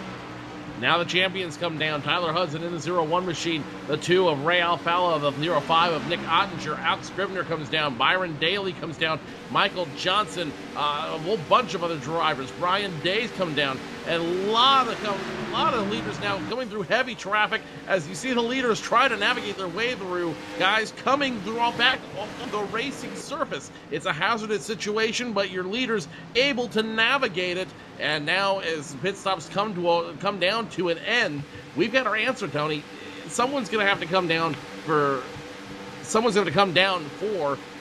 service at the end of the race. It's just a matter of when. Leaders now on pit road. Whoa! Thomas Lewandowski on the binders, and I don't think that one's going to pass the speed gun test, Joe. He had that thing all kinds of torn around sideways and tripped up, but miraculous piece of driving by Charles Lewandowski. Did a great job to hang on to. I thought for sure he was going to eat the concrete on the inside wall, but he and Brad Davies were the 2 leaders. They came down pit road now this timer. Davies started on the pole. Lewandowski started up there right alongside of him on the front row. So the front well, literally the front row, now on the pit lane. Davies and Lewandowski away from their stalls. Chris Overland will bypass him. Remember, he is on the tail end of what will be the lead lap. And here comes the rest of the field. Tyler Hudson and company behind them. And once this cycles out, it looks like Tyler Hudson and Ray Alfalla, who are now tandeming together by themselves, are going to be the top two, assuming they pass. And yes, here they go, by Davies and Lewandowski. I guess what they say really is true, Joe. The cream does rise to the top. Your two most recent NASCAR Peak Antifreeze Series champions leading the field at Daytona. In to out for both of your champions, 37 seconds. Down on pit road, into their box for service, back out. It just shows you the caliber of racing these guys are in. Both these drivers that you see at the top of the scoring pylon right now, this is the pinnacle of the class, and both of these drivers know that they've got a whole lot more than laurels to rest on. They've already won the championship. Now they both need to defend it in their own ways, and you see them just rising to the top in a class above everybody else here at Daytona. Alfalla, Hudson, this could foreshadow a great battle, a great battle we've seen playing out over and over again, that we're going to see play out once again through this season. I think you're right, Joe. I was just thinking the same thing. You have two rivals from last season that fought tooth and nail and hammer and tong every single week to try to win that championship. But here they are now. They're having to work together. They're having to partner up for each other's benefit. And it's so great, because racing is the sport that pits you against your rival one week, and the very next week you park next to him at the local short track, and he needs a part, and you got to help him out. Or in the case of this, he's the guy that you have to draft with off of pit road. It's such a unique and such a roller coaster sport for that very reason. But guess what? Tyler Hudson and Ray Alfalla, they're doing what they can do. The problem is the pack behind them has a lot more momentum, and they're slowly reeling them in. The 2 and the 0-1 switching off as best they can throughout the turns there. You see the 0-2 of Ray Alfalla leading over the 0-1 of Tyler Hudson once again. Now the second pack starting to catch up in a big way, led by Brad Davies. Right behind him, Brandon Cattell in that mix as well. And when you have that much horsepower, Tony, pushing a line, pulling a line through, it is only a matter of time before they find a way to get up, and they start catching up to you and start challenging you for that lead. Chris Overland, the 47 machine, involved in that first incident, he's now gets lapped by your leaders. He's your first car, one lap down. So Overland, if the caution were to come out now, would be the free pass recipient. He is the only car, as you said, one lap down. Few cars behind him. Hey, look at this. The new intelligence for Byron 3-Wide Daly hanging out in the top 10. Another one of these drivers that has kind of become, it's become his MO, Joe, to just kind of hang around, not make a whole lot of noise until it gets down to money time. And for Byron Daly to be running this well, this early in the event, he might have something. Remember, he's got a new team with Slip Angle Motorsports. He, Brian Blackford, Ray Alfalla, the entire group there. That's a pretty potent organization, if I would say so myself. You have a former champion of the series as your spearhead. You got a guy that's an engineer. You have another guy that's won races. I mean, you've got an entire... They even have their own marketing, PR person and department. That group, I think, we're going to hear a lot of noise from them before the season's over with. And as we can see already, they've got stout race cars. Alfalla's up in the top 2, leading the race right now for that matter. He swaps it back and forth with Tyler Hudson. Byron Daly's in the top 10. Brian Blackford is starting to make his way forward. So the slip angle guys might be slipping up on the competition before they even realize what hit them. You know, and they might have something here. It was kind of a fun, silly season in the virtual, in the iRacing world. A lot of guys switching teams, a lot of things switching around on the back end. They're maybe not getting as much coverage as the NASCAR silly season, but I think that is going to shake up how these guys race and how these guys run, and it is going to really separate some contenders from others. And it's really going to differentiate the winning contenders from the drivers that are mid-pack. And I think having that experience, having that silly season shakeup is going to help a lot of campaigns. You're already seeing it pay off for Ray Alfalla and Slip Angle. Alfalla in front of this field. And a lot of other drivers still in the mix right now, but Ray Alfalla taking the most advantage of that collective wisdom that Slip Angle has with the number 2 in front. Yeah, I think you're right, Joe. He is taking full advantage of everything that's around him. I think he's also motivated. I know at the end of last season, Ray was starting to get a little frustrated. He had good race cars, but the luck wasn't there. Or he had bad race cars, and the luck was there, but he couldn't capitalize on it. I know the story from Homestead, that was pretty much what decided the championship. Ray and team were having some issues, and the setup wasn't there. The car was not what he needed it to be. And he said, I can't win this championship by out-racing Tyler Hudson the way that situation entered the way that the duo entered that race, the situation they were in. So he said, I got to try something. He tried the fuel mileage route. It didn't work, but I think it left Ray Alfala and that competitive fire inside him. It wasn't quenched. It needs something. And I think a new scene, I should say, a change of pace, a new group of people to work with was just a shot in the arm he needed, which is bad news for the rest of the competition. You take a two-time champion and say, hey, here's something to get you refreshed and get your fire going again. That might be really bad news at the end of 17 races for everybody else. Well, remember, though, we are only on race number 1, and this is only the beginning of what we're going to see for the rest of the season. This race can give you the big boost you need, but if you cannot capitalize the other 16 races, and when you consider the schedule, it's a completely different schedule. We've taken off a couple races. We've added Watkins Glen to the map. So this is going to be a new season, new challenges that these guys have not faced before in the NASCAR Peak Antifreeze Series powered by iRacing.com.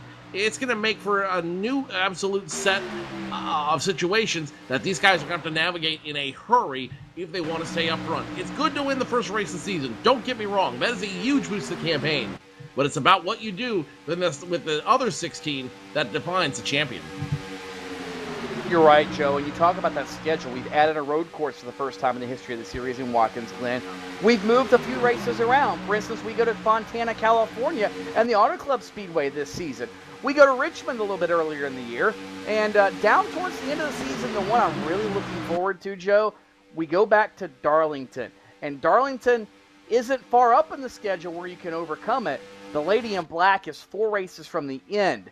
Darlington could be one of those wild cards that plays havoc on the championship coming into the season finale. Because we run Chicago and Atlanta and all those mile and a halves right there towards the end of the season. But Darlington might be the race that somebody sees their championship hopes just crushed and end up with the Lady Kentucky tank. As you run now in car with Tyler Hudson following along, that number 2 machine of Ray Alfala. He is just right now content to run in line. We're barely over halfway through with this race, and everybody right now single file through this field, just content to run this race, run their own race as it is right now, and show a little patience so they can finish and have a good chance at challenging for the win here at Daytona. What was I thinking?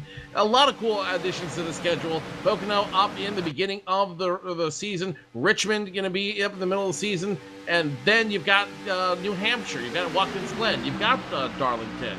They've got a lot of great challenges ahead of them. And with the removal of Talladega, it really is going to be about driver skill this season. Pit stops, Joe, just like we talked about. Who does it? Well, now we know whose cards are on the table. Josh Berry, Kenny Humphrey, Rich Doucette, Chad Lawton, Josh Lawton, Brandon Honk is in as well. They're to come in, top off the fuel tank, take a short pit stop, and try to run it all the way to the end. Remember, no green-white checker formatted into the iRacing software yet. You can run this race from the back, or run it backwards, I should say, as now Adam Gilliland coming down pit road as well, Joe. So I think maybe everybody else saw what these drivers wanted to do, and I don't blame them. Do you take the short stop later when you don't have as much time to maneuver through the field, or do you take it now when you still have 100 miles left? I think I agree with this call. It's a gutsy call, but if the cautions fall right, if everything goes your way, it can really pay off. However, it is a gamble, Joe. You end up a lap down here and the caution comes out, your night's pretty much done.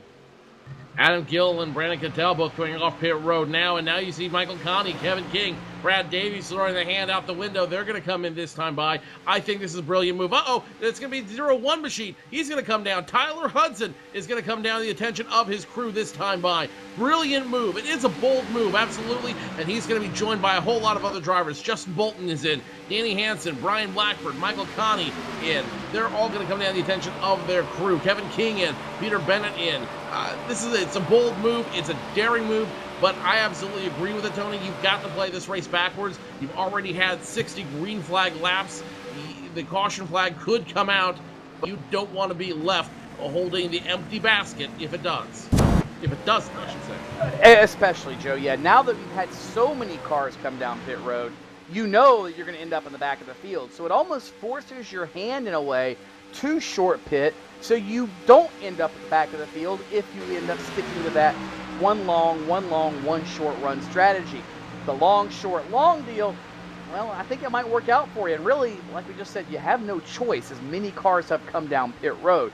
Now, Brad Davies and Thomas Lewandowski, they did something a little non-traditional, if you will, stayed out longer than most in the last round of pit stops.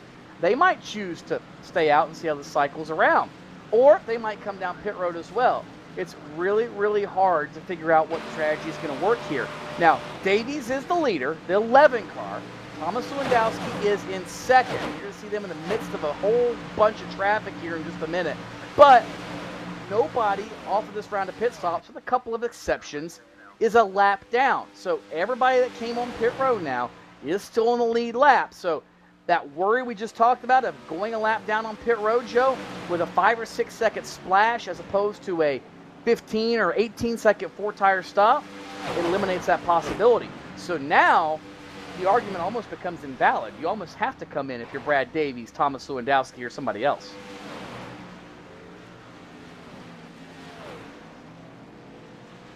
Lewandowski, Ralph Howell had an incredibly slow stop out there. He's going to be at the very end of this field, and he might actually have been caught speeding down pit road. We'll have to go back and see if that actually happened. Nick Ottinger now coming off. Alex Scribner now coming off. It looks like the a few other drivers all coming off pit road as well this time. But right now it's Brad Davies in control of this field. The 47 machine, one lap down, trying to fight for his lap back. Currently Overland's got his lap back, but he needs to get all the way back around. 10 cars left to pit here at Daytona International Speedway. Among them, Brad Davies, Thomas Lewandowski. These guys are going to risk it. These guys think a yellow flag's going to come out, and now they're going to come down pit road. Yeah, a number of drivers coming in this time. Ashley Miller is one. Brandon Hoff is one. Looks like Nick Ottinger, Alex Scribner all going to come in. And hey, speaking of Brandon Hoff, actually not Brandon Hoff, it's Brandon Hawk. We've got two drivers with such similar names, it's hard sometimes to keep them straight. But while I'm on that, never mind. This is the other cool thing we talked about earlier, Joe, as pit stops continue. Brandon Hawk has a promotion going on right now. If you tweet him anytime during the race, I think I don't have the release in front of me, but it was like hashtag Racer Boost. They're giving away free money. They're giving away free iRacing credits. Anytime during the NASCAR Peak Antifreeze Series races, a Twitter contest they're running. You can find more information about that. I'm pretty sure his Twitter is at Brandon Hawk. I might double check that and make sure, but it's a pretty cool deal they got going on. And he's not the only one. A couple other drivers have some promotions going on with sponsors as well. Hey, anytime you're going to offer me free money, sure, I'll be more than happy to tweet about it. The only problem is we're in the booth, and it makes it a little bit hard to watch the race and do our tweeting at the same time. Jake Sturgis currently being scored as your leader, and I believe it's the 11 machine of Brad Davies currently being scored in second, but that is all subject to change. Davies is being scored as second. However, here comes the pack up behind him. And in fact, a couple of drivers just worked their way by him as Landon Harrison is being scored in the second spot. He and Cody Bias running by themselves in tandem. But they, too, still have to come to pit road. And like we said, Joe, being that you're going to not lose a lap, you're going to stay on the same lap as the leader, you almost have to come out at this point. Because now if the yellow comes out, Harrison and Bias, well, they're going to go to the back of the field. I don't foresee anybody else coming down pit road for any more stops at this point unless you get some sort of crash damage or having issues. So Cody Bias and Landon Harrison, I think the longer they stay out, the worse they're going to end up cycling through, and that's not a good thing. Top 5 getting ready to pit this time around. It's going to be Jake Sturgis, Cody Bias, Trey Edson, all coming down to the attention of their crew when they come around this time by. And that should shake out the field. That should be the last of the green flag pit stops that we're going to see out here, Tony, which is very... It's very interesting to watch them do this. Those guys up front, they tried to, they pushed it as long as they could. As Matt Busa down pit road, Trey Edson on pit road, they pushed it as long as they could, as hard as they could. Jake Sturgis still not coming down pit road. I think he's, again, gambling on that yellow flag, because if a yellow flag comes out, he's going to be able to conserve what's in that car, save a little bit of fuel, and try to make it as best he can. Though I think you've got some doubts that he can do it.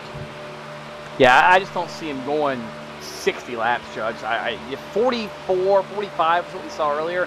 You're not going to milk one of these cars for 15 laps of fuel. It's not going to happen.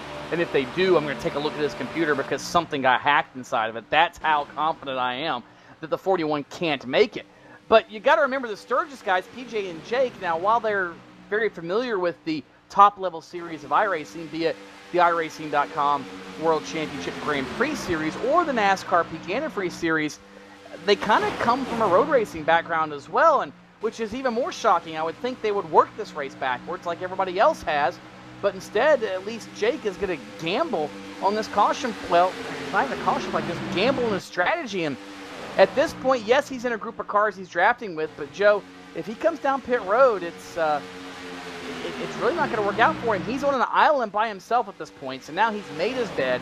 He's going to have to lie in it, and I don't know if it's going to be a very comfortable nap. He's sitting at the tail end of these lap cars, going about 200, 201 miles per hour through the front stretch at Daytona, now into turns 1 and 2. He's got 15 seconds right now over Cody Bias, Landon Harrison. He's got 32 seconds over Kenny Humpy and Byron Daly, which means the good news for Jake Sturgis here is he's got a little bit of time on his hands. The fastest times we've seen start to finish down pit road have been between 30 and 32 and 35 seconds plus or minus. So Jake Sturgis, even under the best circumstances, gets the best pit stop. He's still going to be at the tail end of the field if he's forced to come down for a pit stop, which I'm sure if it stays green, he will be forced to. Lots of drivers now, one lap down, including Brandon Hoff, Ashley Miller, two-time champion Ray Alfalla, Trey Edson, Matt Busa, and Justin Trombley, all one lap down. Not what Ray Alfalla needed right at this juncture in the race. No, it's not, Joe, and that's something we just noticed, so we pointed out and said, whoa, the two cars by himself, and we completely missed it. Apparently a pit penalty or some sort of miscue on the number 2 Ford of Ray Alfalla. He is now running by himself on the racetrack, as you said, one lap down in 40th spot, and not in a position for the free pass if the caution were to come out. So Ray Alfalla's luck has gone from great and good to bad and worse. He's going to have a couple of cars catching now. He might get a little bit of a saving grace. That's second and third. Landon Harrison and Cody Bias, but I got bad news for you, Ray. They got to come to pit road relatively soon, and it looks like they have full intentions of just bypassing Ray Alfalla. Yeah, Ray Alfalla got caught on pit road. He got speeding coming onto pit road. He was forced to come back around to serve that penalty, and that put him one lap down. And so, something else, just to chew on this, Tony. This time last season, Ray Alfalla met a very similar fate where he got wrecked out of this race and had to use Daytona as his scratch for the season.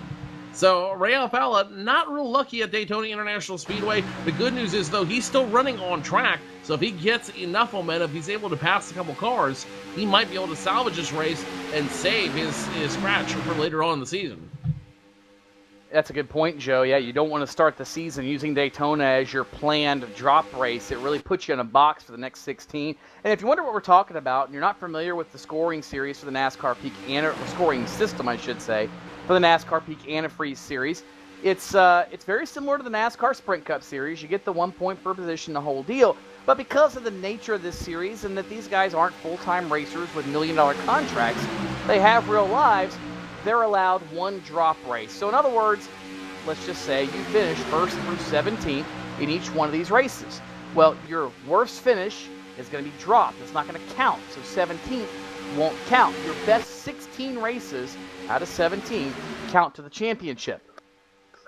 And Joe, that's last season, something that really was misleading because Tyler Hudson had a huge lead for a while in points. However, when you included his best or his worst drop race, that gap was very minimal. When you included as his drop race, when you included that last drop, it came down to the last race of the season. It came down to Homestead, Miami for the championship. So that gap, that drop race, that scratch race can make a huge difference. But as we said earlier, you don't want to make it your first race of the season. Ray Alfalla was able to recover from it, but the thing is, he doesn't want to be able to be put in that position. He doesn't be forced in that position again. He doesn't want to be forced to have to make that move and put the pressure on for the next 16 races of the season. Good news though for Alfalla, running 40th. He's the first car one lap down. He is eligible for that lucky dog position. Yeah, it looks like Ashton Miller and Kwame Ajay, they have unlapped themselves the front of the field, so that is a plus. It also leads me to believe that Jake Sturgis, well, he's actually at the tail of that pack, so Alfalla is in the free pass position. Looking further back in the field, we talked about promotions a little bit ago that some of these guys were running with their various sponsors, Joe, and one of the other ones I'm aware of and I've kind of been noted about is the 4-car, Brian Day, another driver moving up to the NASCAR Peak Antifreeze Series this season, running around with Nick Ottinger and company. He's got that Gale Force team, part of the Gale Force team, help from Ream, but he's also got his sponsor, PlanBSales.com.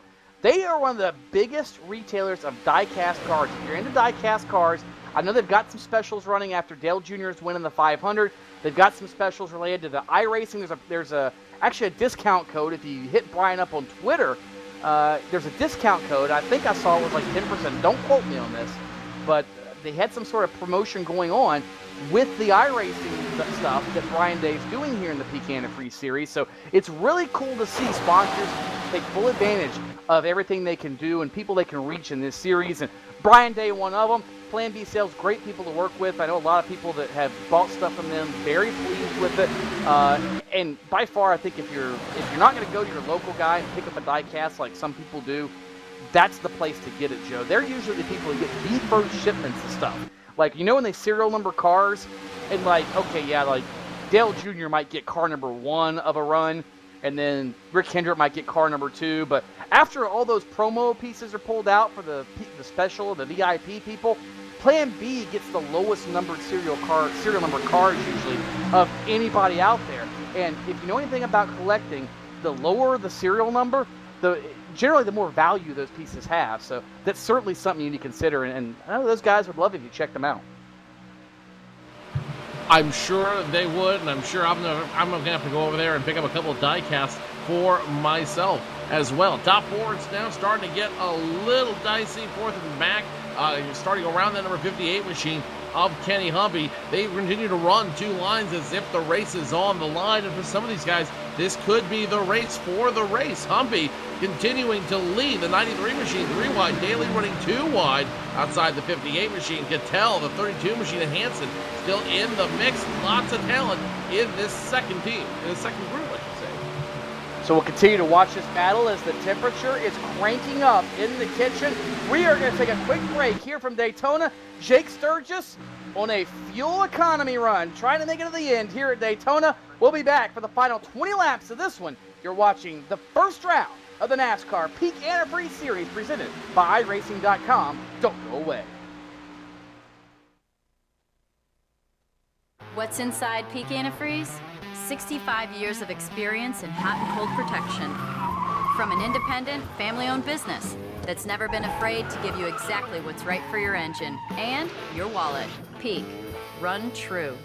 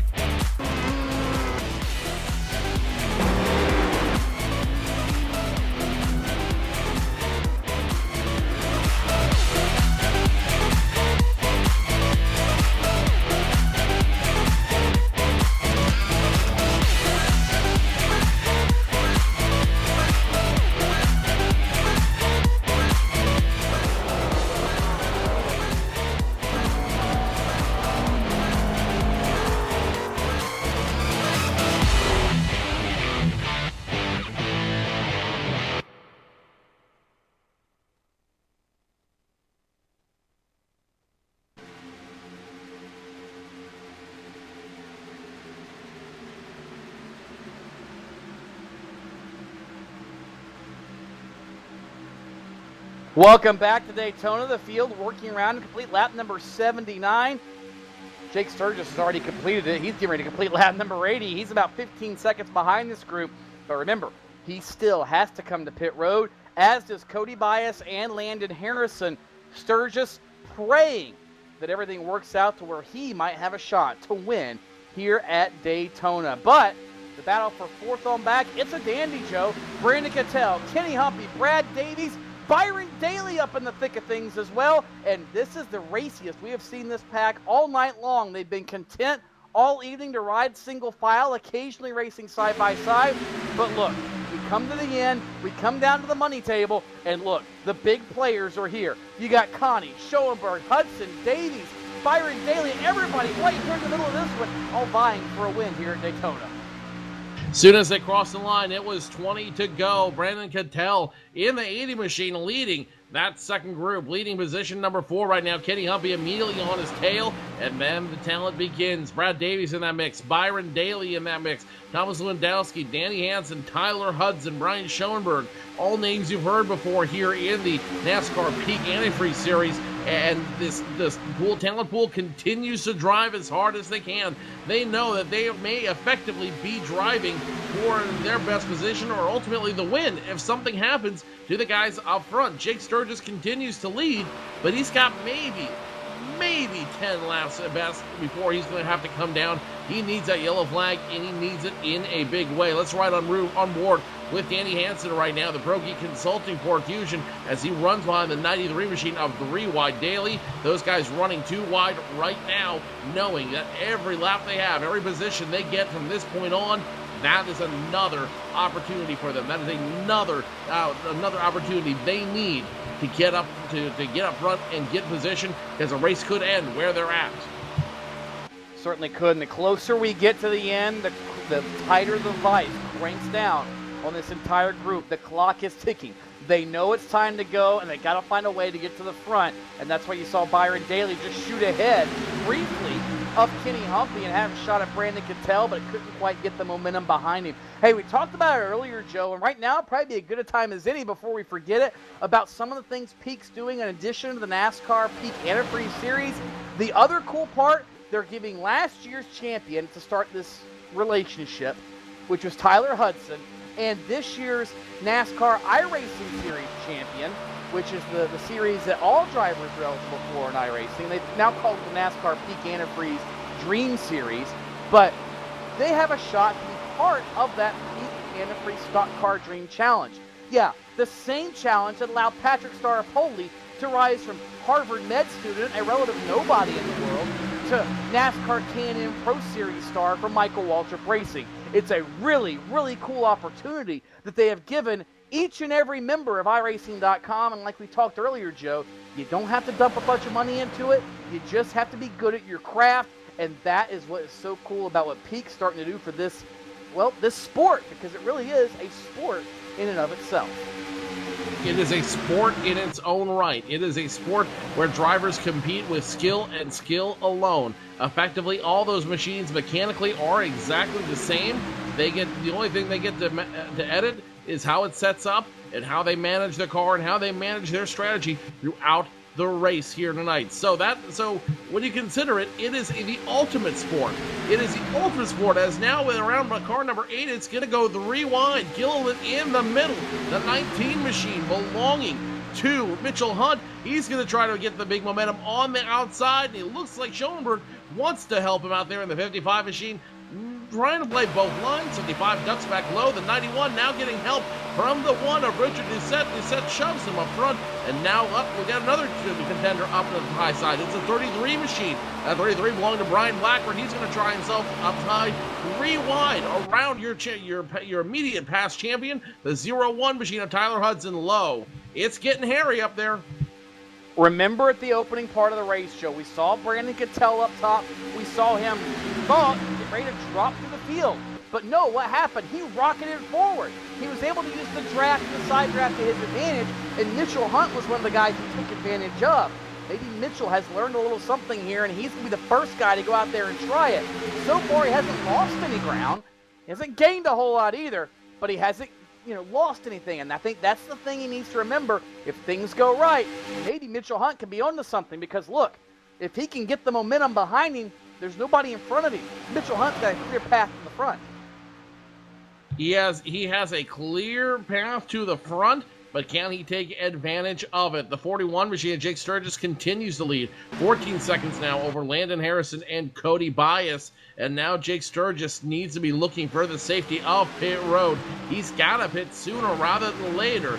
He's effectively 2 laps away.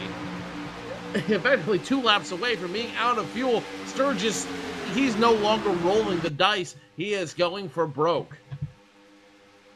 And Joe, the flip side of this race being your throwaway race, if you will, if you choose to use it as such, is that you can take a big gamble like Jake Sturgis and try to win Daytona 250 here in the NASCAR Peak Antifreeze Series. What an upset would that be? And if you'll notice, Joe, something we haven't talked about, he's been riding around at the tail of this pack, which means he can use a little less fuel. He can half throttle it. He can back off because he's using the wind and the draft to drag him around the racetrack. And it might not seem like much, but it might buy him just enough fuel to coast around at the end of the race. I'm not saying it's going to happen, but I'm saying nobody thought Darrell Waltrip would win that race in 1989 on his economy run. And what did he do? This exact same thing. So Jake Sturgis now on the Darrell Waltrip strategy, and he's the only one left because Cody Bias and Landon Harrison, they're on pit road. Oh, trouble up in the turn 4 area of the Speedway. Trouble off turn 4. Looks like the 50 machine of Alex Scribner gets a piece of it. Josh Lawton in the 40's got a bent up tail end. The 50 and the 40 machine, Alex Scribner goes around. No caution, I'm being told. No caution. So they're going to continue to run it. Jake Sturgis now coming to pit road. I think that yellow might have scared him, Joe. That or he simply was out of fuel. Sturgis, to the attention of his crew, he only needs enough for 27.5 miles. That was about a 3-second stop. He is down and away already in his 9X Chevrolet, and now the waiting game begins. Will the 41 machine, with help from Simroom on the quarter panel, be able to outrun the leaders? Here they come off the 31-degree banking at turn number 4. Sturgis crosses the pit exit line. He's got help from Chris Overland immediately behind him. But, Joe, that pack is coming at 200 miles an hour, and that gap is quickly being smaller. I think Sturgis is about ready to be inhaled and spit back out. And that group, that second pack that has been waiting so patiently, that second pack that has been so diligent in what they're doing, they are unforgiving. The 58 machine. The 58 machine of Kevin Humpy, or Kenny Humpy, continues to lead. Now almost throws a block on the 80 machine. 3 wide up front. It's getting scary up here. Everybody's about to test what they're made of. The 80 machine throws it down low, makes the move. He's going to lead, and now business is picking up with 10 to go. 25 miles or less for the Daytona 250 for the NASCAR iRacing Peak Antifreeze Series. I just about called it last year's name, Joe, but nonetheless, it doesn't matter because peaking is what everybody is doing here, and that move by Brandon Cattell, that was absolutely gutsy. It was absolutely brilliant. And look at that race car, Joe. Whose car does that remind you of? That's exactly what kind of move it looked like in turn 3 a lap or 2 ago. That was a dangerous move, but it paid off for him in a big way. And now Brandon Cattell has the best seat in the house. But he's got to know there's going to be a lot of angry drivers. It's a hornet's nest. He's leading now. Brad Davies in that mix. Kenny Humpy. Oh, Kenny Humpy almost gets the wall. It's courtesy of Brandon Cattell. Humpy now side by side with him. And I don't think there was any pleasantries exchanged between these two drivers. Humpy back up front, and the Pro Series driver, the Pro Series champion, he is wasting no time trying to make his name here in the Peak Antifreeze Series. They bypassed Nick Ottinger. You might have saw there on the apron. Ottinger fell victim to a pit road penalty earlier. He's coming back on the Speedway after coming off pit road. Ray Alfalo, the next car to go 1 lap down. He's about 15 seconds ahead of this group, but he is back on the lead lap since Sturgis has pitted. Meanwhile, Humpy and Cattell still going at it. And Joe, what we've noticed already and what could play a factor in this, we've already seen Cattell try to work both lanes just like that. He works the top, he works the bottom, he tries to keep him behind him like that, but the problem is he opens that bottom like he did just there, and if Kenny Humpy or whoever behind him gets that run, they're going to leave Brandon Cattell stuck in the sucker hole. It's a brilliant strategy by Cattell, but it also is very risky. But at this point, it's what you got to do. Track position is king, and you do anything you can to win the season opener here at Daytona. Tony, this is where you roll the dice. This is where you make the move. You know, you don't get the $10,000, the banquet, the ring, the trophy by making safe moves all season. You have to throw it in there. You have to get it mixed up. Now the 58's going to get it mixed up with the 80 of Brandon Cattell. Give a shout to Kenny Humpy. This is his first Peak Antifreeze Series race, and he is doing brilliantly. Now he's got the advantage on the 81 more times. 7 laps go. Oh, as the 11, Davies, here we go. The 11, the 01 gets around, the 5 gets around. Big jump through turns 1 and 2. Oh my gosh, the humanity. The 01 machine, Tyler Hudson, heavy smoke pouring out of that machine. The 11 is decrippled. The 93 machine started to crab walk. 91 is smoking. The 1 is smoking. This changes everything. And Joe, it started in turn number 1 with a bump draft gone awry. We saw Brad Davies, the pole sitter, get a push from the car that was behind him. I didn't quite see who that was at the moment. It looks like it was Thomas Lewandowski. Got into his bumper, turned that car sideways. The left front hooked the apron, Joe, and pretty much de-wedged the race car. Davies had no choice but to turn back right. And with Lewandowski still on his rear bumper, just shoved them into the outside, took out Michael Connie. Poor Tyler Hudson had nowhere to go. Adam Gillen caught a piece of it. So did Rich Doucette. Somehow, the 19 machine of Mitchell Hunt, he got a piece of it as well. The 13 car was in it as well. Byron Daly also caught a piece of it. Brad Mayer was in that 13 machine. And a number of top contenders taken out in this one, Joe, as this is the big one here at the very end. It's going to set up about a 1 or 2 lap shootout for the trophy here at Daytona. This should set up a 2-lap dash for the cash. We talked about making those bold moves. The 16 machine that of Lewandowski, he tried to make a bold move, trying to push that 11 forward, but it was mistimed, and that just caused a chain reaction through the field. You're watching the replays now live here on PSR TV and our affiliates across the network. I don't know if I have words to describe what I just saw. 90 laps of very clean racing. And for a lot of drivers, a lot of your championship contenders, a lot of guys have been leading all night. This takes it out. 94 laps all set to waste for several drivers out there tonight. Heartbreaking. That's the only word that comes to mind right now, Tony.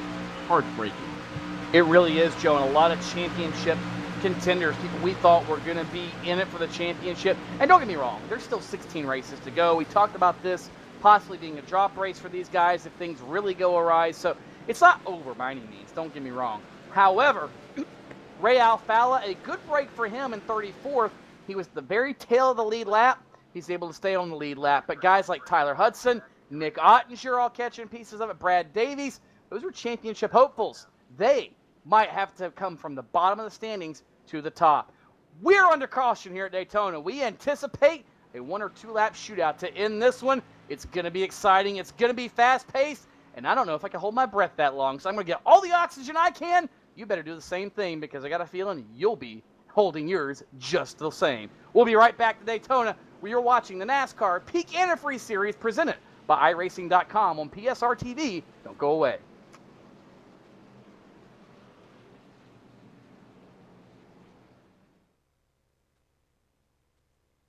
What's inside Peak Antifreeze?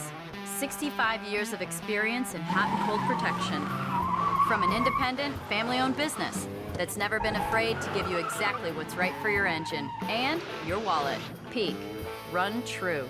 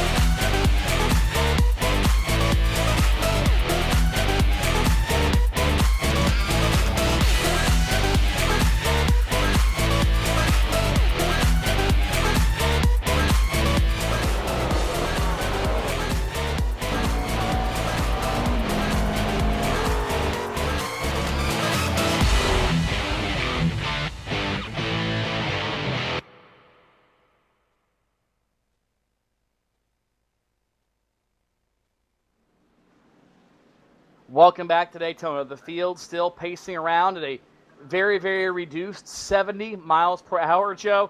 And we were in the break sitting here looking at the top of this field, looking for the running order, the drivers that are going to be in contention for this checkered flag as we see some more replays here of the accident that put us under this, the first and only yellow flag of the evening. There's a pretty doggone good shot. We're going to have a first-time winner here tonight. As you watch the replay over and over again here on your screen, a lot of those guys that haven't won a race yet in the Peak Antifreeze Series, NASCAR Peak Antifreeze Series, powered by iRacing, all in contention. Kenny Humpy is now won. He was your Pro Series champion.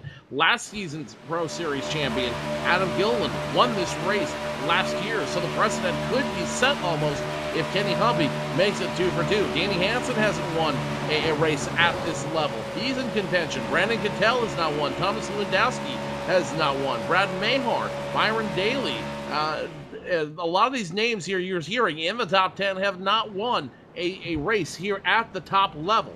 So this could be a night where we're going to see a new driver rise to the top. And that new driver who rises to the top will have a huge advantage in 2 weeks' time when they go back racing. This race is kind of, well, it's supposed to be the Daytona 500 of the Peak Antifreeze Series. It's the biggest race of the season. It's the opener. It's at the World Center of Racing. But, Joe, you look at the similarities between this race and the Daytona 500. How many drivers have picked up their first and in some case only win at the Daytona 500? There have been a few. Derek Cope, Sterling Marlin come to mind. Going back a couple of years, let's see, Trevor Bayne picked up his first win at the Daytona 500.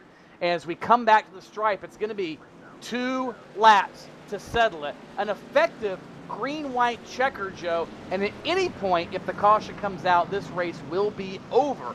But you look back in the years, Dale Earnhardt Jr., yes, that guy, Dale Earnhardt Jr. got his first NASCAR Peak Antifreeze Series win right here at Daytona a few years ago. And maybe a couple of others could do the same thing here as the years go on. If memory serves me, I think Ray Alfala's first Peak Antifreeze Series win came at Daytona, but I need to fact check that one to be sure. Nonetheless, he has won here, and it's been pretty much a who's who of sim racing that has gone to victory lane in this series at this race. And you've got a chance now, if you're anybody really on the lead lap, to put your name in the history books as a winner in the Peak Antifreeze Series at the Daytona International Speedway. Something you forgot to mention there, Tony, 5 years ago, when NASCAR and iRacing teamed up to create this top tier of sim racing, Dale Earnhardt Jr. won the very, very original first race to kick off this entire series 5 years ago. Look at where we've come in 5 years. We now have a title sponsor. The winner of this recognized as a NASCAR champion. They get the ring. They get everything, all the honors that come with it. They get the cash prize. So those drivers are immortalized, similar to the way the drivers of the 500 are immortalized. You know, any time you can put your name in the same sentence as Dale Earnhardt Jr., you know you've accomplished something. And whoever wins this race tonight, whoever wins this in the 2-lap shootout we are about to bear witness to, they will enter that exclusive fraternity. Top 4 drivers have never won a NASCAR Peak Antifreeze Series race. Kenny Humpy, the Pro Series champion. Kenny Hansen, Brandon Cattell, Thomas Lewandowski. Here we go. Pace car is off the racetrack. Very, very quickly up to speed is Kenny Humpy, but he got a push from Brandon Cattell, and now Danny Hansen going to work the outside. Look behind him. They're 3 and 4 wide, trying to make a push to the front as the field gains speed in turn number 1. Schoenberg on the very high side in the 55 machine, getting the shove. The 33 of Brian Blackford, those two drivers are on a mission. The 93 of Daly, despite the fact that he has damage, he's going to try to get around the 13 machine. 13 holding on for dear life. He's banged up, though. Now the 93 is going to push the 4 of Brian Day all the way up the wall. 4 wide, down the super stretch, going into turns 3 and 4. Here we go. And now the 93, 39, the 30 machine goes around. Big trouble in the back. This will be the race for the win up front. Caution is out. The leader is Kenny Humpy, and by the rules of iRacing, the 2013 Pro Series champion for the 2nd consecutive year, Kenny Humpy, if he can lip it back to the start-finish line, will win here at Daytona. Kenny Humpy has got to be thrilled, and it was all about track position, Joe. We saw when they went 4 wide into turn 3. We didn't say it, but I know you were thinking it, I was thinking it, and the entire viewing audience was thinking it. This cannot end well. It did not end well, and if Kenny Humpy can coast back to the start-finish line, he will win, as we said, the very first race of his Peak Antifreeze Series career. Not a bad way to start your entire NASCAR Peak Antifreeze Series career there, Tony. First race out, lead a lap, and ultimately win it. So now you have a perfect record in the top level of iRacing, in the top level of NASCAR sim racing. That has got to be a huge way to start off your career. Only bright things can come from this. You're exactly right, Joe. And we talked a second ago about who all has won this race at Daytona. Ray Alfalla, Richard Towler, Adam Gilliland, Dale Earnhardt Jr. And as he works his way off turn 4, he's about half a mile away from adding his name to that very same list. And it's not the way he wanted to do it, I'm sure, but he'll take it any way he can get it, whether it's 70 or 170 miles an hour, off of turn 4 and down to the tri-oval. The NRT server Chevrolet of Kenny Humpy will win the first race of the NASCAR Peak Antifreeze season here at Daytona. Brandon Cattell, Danny Hansen, Thomas Lewandowski, and Brian Schoenberg will complete the top 5. My, oh my, Joe, what a race. Clean for the first 90-some laps, and then it came down to a 3/4 of a lap shootout as the caution came out with drivers making desperate moves in turn number 3. But Kenny Humpy, the right man at the right place at the right time, is going to victory lane at Daytona. And that just is a testament to what he has been able to do here tonight. He negotiated himself in the right places when you need to be at those right places. He negotiated himself in the right positions, took his time cutting through traffic, and when push came to shove, he found his way to make him put himself up front and put himself in a position where he could win this race. Kenny Humpy earned this one, and if tonight is any indication of the rest of his season, if tonight is any indication of where he could go from here, we're going to see a lot of bright things for this 58 team. Yeah, Joe, I think there's no doubt about that. Sometimes you get drivers that win here and you say, well, it was just a fluke. They're only good at plate races. They're only good at this type of racing.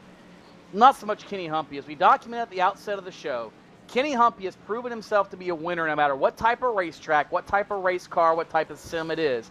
And this could be the start to a very fantastic career. He was a late, well, I won't say late addition, but he was a late adoptee, if you will, of iRacing. He's only been on the service for a couple of seasons now, but he ascended very rapidly through the ranks. As we said, won the Pro Series championship, and now, guess what? He's gone from Pro Series champion to now leading the NASCAR Peak Antifreeze Series championship standings after one race at Daytona. And unlike sometimes, I'm not so sure he's going to relinquish that anytime soon. Kenny Humpy could be a force to be reckoned with. Well, I mean, as we've talked about, you're right, as you take a look at the onboard here real quick, as we talk about, Kenny Humpy is a veteran of sim racing. Kenny Humpy's name has been synonymous with sim racing, whether it be any of the older sims that have preceded this, and now in iRacing. If anyone can figure out how to navigate that curve best, it is going to be Kenny Humpy, and now he's got a big win to his name for it. He's got a big finish to show for it, and now we look at the next 16 races and say, you've won this one. What happens in the next 16? It's really, really hard to say what could happen. I mean, of course, we said the same things about Adam Gilliland last year, Joe. Came in as a Pro Series champion, stood the sim racing world in its ear by winning here at Daytona, and what then was a fairly dominant performance. Kenny Humpy wasn't dominant tonight, but he was certainly up front each and every lap. I mean, he didn't just come from the back and luck into this. He had a good race car. He qualified well. I mean, look back, he started 17th, only, 22 thousandths of a second off the pole position. But very quickly after the green, he shot to the front, and he was a contender all night long. So don't think by any means Kenny Humpy lucked into this one. He certainly earned it. And as we go through the season, as we said, he's going to be good at Richmond. He's going to be good at Daytona, or Darlington. He's going to be good at Charlotte and everywhere else. So this is this is bad news possibly for the rest of the field, but you got to feel good too for guys that are also making their first start in the series. Guys like, let's go down the list. Brian Day, the Plan B sales car, finished 7th. Brad Mahar finished 9th. And then you got perennial contenders like Kevin King, Byron Daly finishing at the back of the top 10. Brian Schoenberg, the double nickel, finished 5th. We'll go through the whole finishing order with you in just a couple of minutes, but things could be interesting this season. That's all we'll start by saying. We're going to take a quick break. We'll come back and talk to your winner as well as the rest of the top finishers. Don't go away. Kenny Humpy, Brandon Cattell, and others up next here live from Daytona. This is where it gets difficult. This is where your name's on the line, everything's on the line. You get that one chance to go out there and put down your best performance with the most amount of pressure.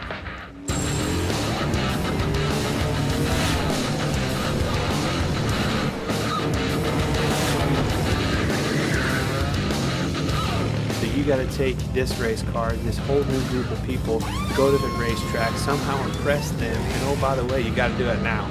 It's now or never. First thing that went through my mind was like, no way.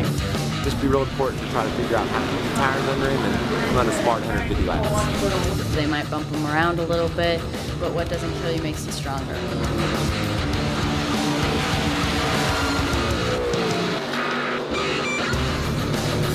Everybody should enter next year's contest because you never know what could happen, man. You can come out here and run top 5 in your first K&N West race. So I'm so psyched right now. This is incredible.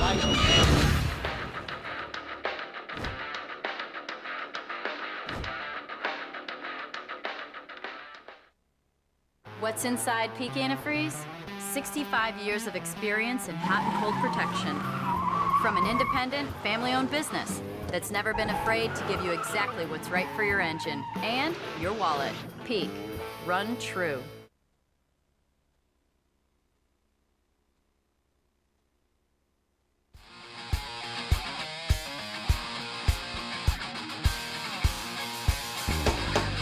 Welcome back to Daytona International Speedway.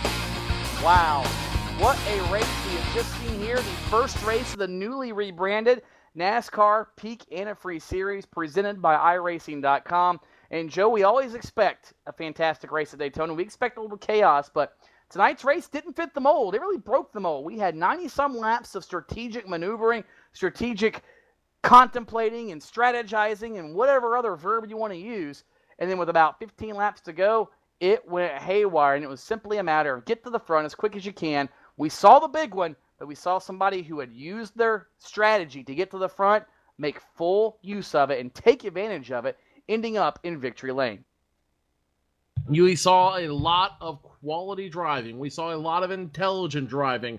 Everyone who finished here tonight should be very proud of what they've done and how they did it tonight. But only one man can stand at the top of the podium. And tonight, in his first NASCAR Peak Antifreeze Series start powered by iRacing, that man was Kenny Humpy.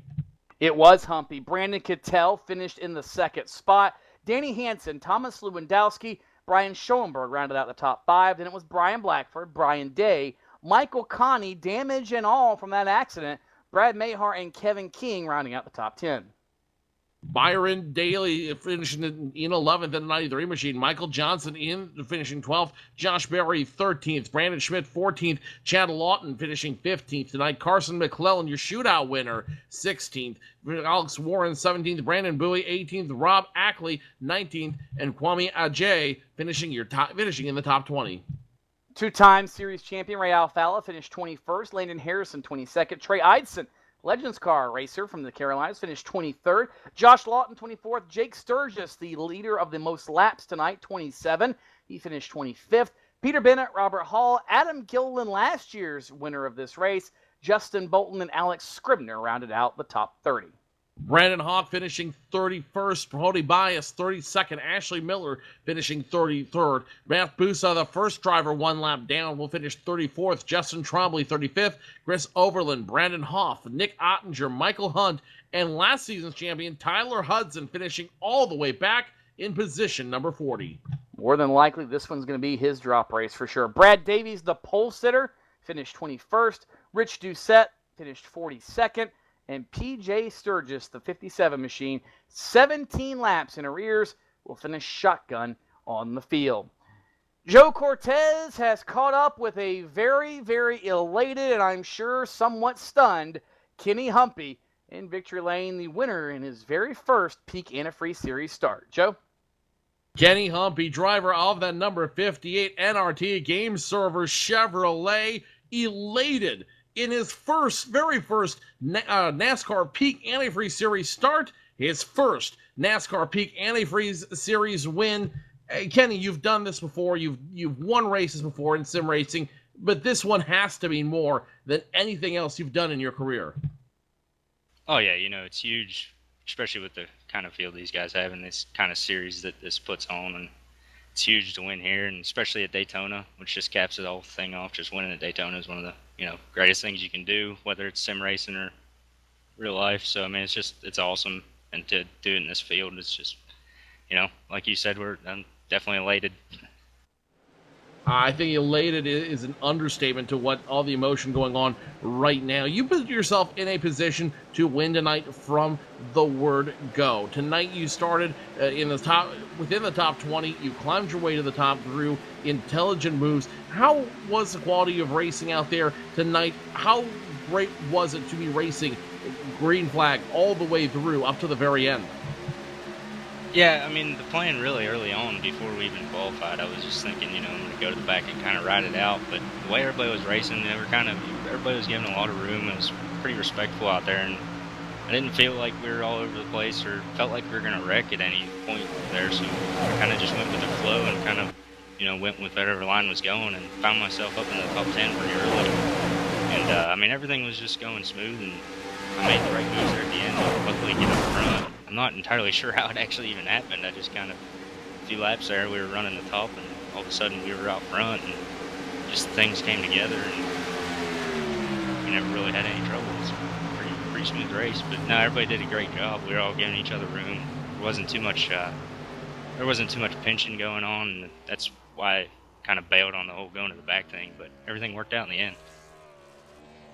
Kenny, pit strategy seemed to be critical for your run tonight. You came in around lap 40-ish with everybody else as everyone else came down. Then you made the decision to come down for that second short stop. How important was that second short stop, that long strategy to your win tonight?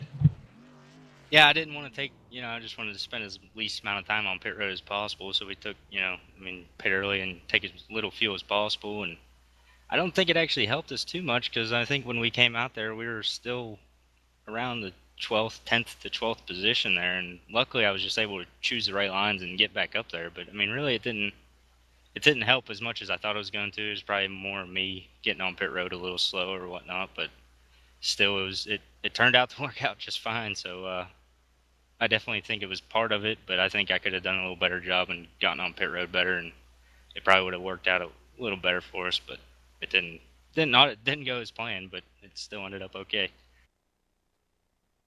The Gen 6 car here in iRacing, re-engineered and reconfigured for tonight's race, ahead of tonight's race to open up the Peak Antifreeze Series. What did you learn from tonight's race that will help you later on in the season? What was the biggest takeaway in running this new version of the car in this pack that you'll be able to use for future races down the line?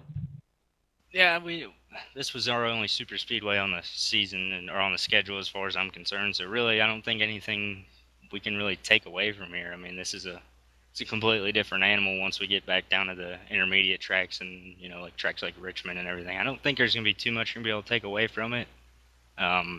Hopefully the racing continues the way it was tonight. I thought tonight was, an awesome race. Everybody did a great job. We got through all our green flag pit stops without any problems. And, hopefully all that continues and we can just kind of get into a rhythm there like we did earlier. Just go on with it. But, things change. Once we go to those other tracks, it'll be completely different. So we'll see what happens. But I don't think you can take too much away from a track like this and say anything you learn here to Michigan or any other 1.5 mile track like that. So I mean, this is kind of a one-off deal. It's kind of cool to win it.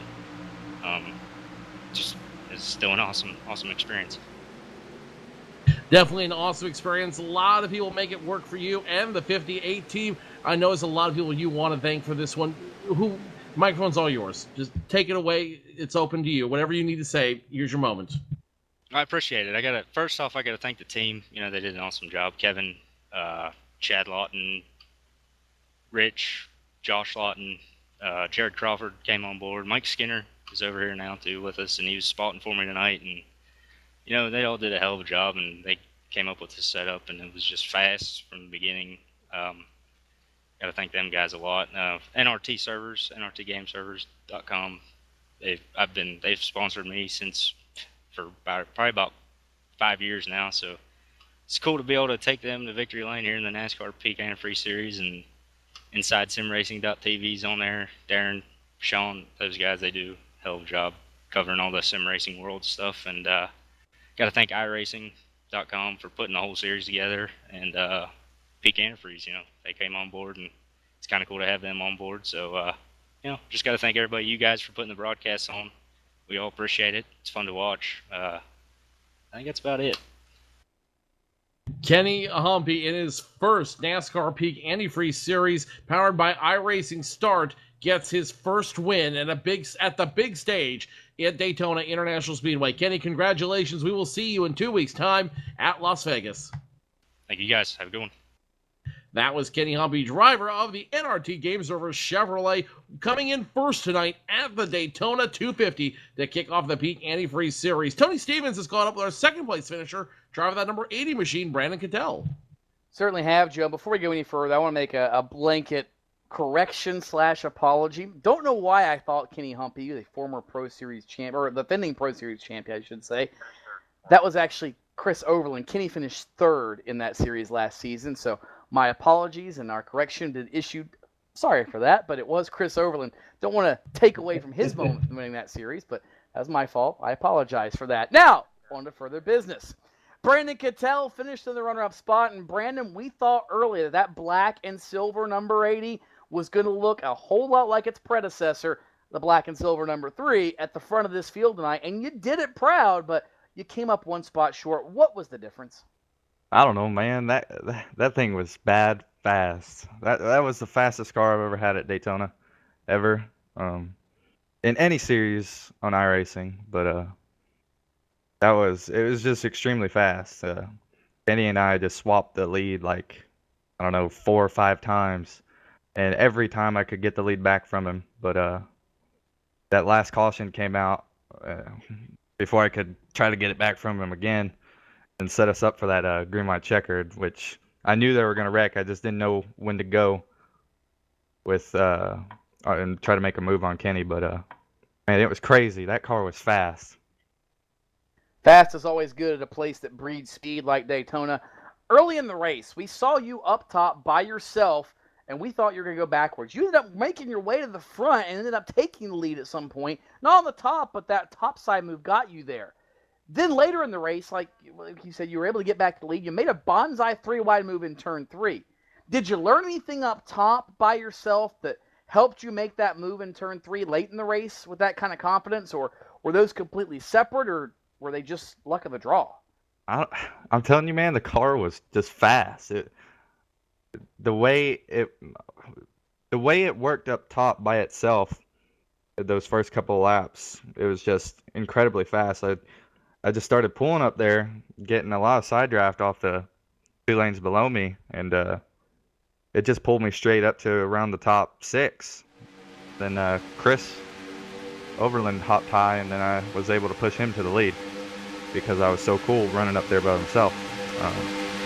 But man, the bonsai move 3 wide to the bottom, that was just random. I knew that those 2 lap cars were going to be down there, and everybody was going to run close to the wall down the back, and I was planning it, and I just decided to side draft the heck out of I think it was Byron, and just fake Kenny out a little bit and make him stay high, and that's what worked out. It worked out to my plan. Shot 3 wide to the bottom of the lead.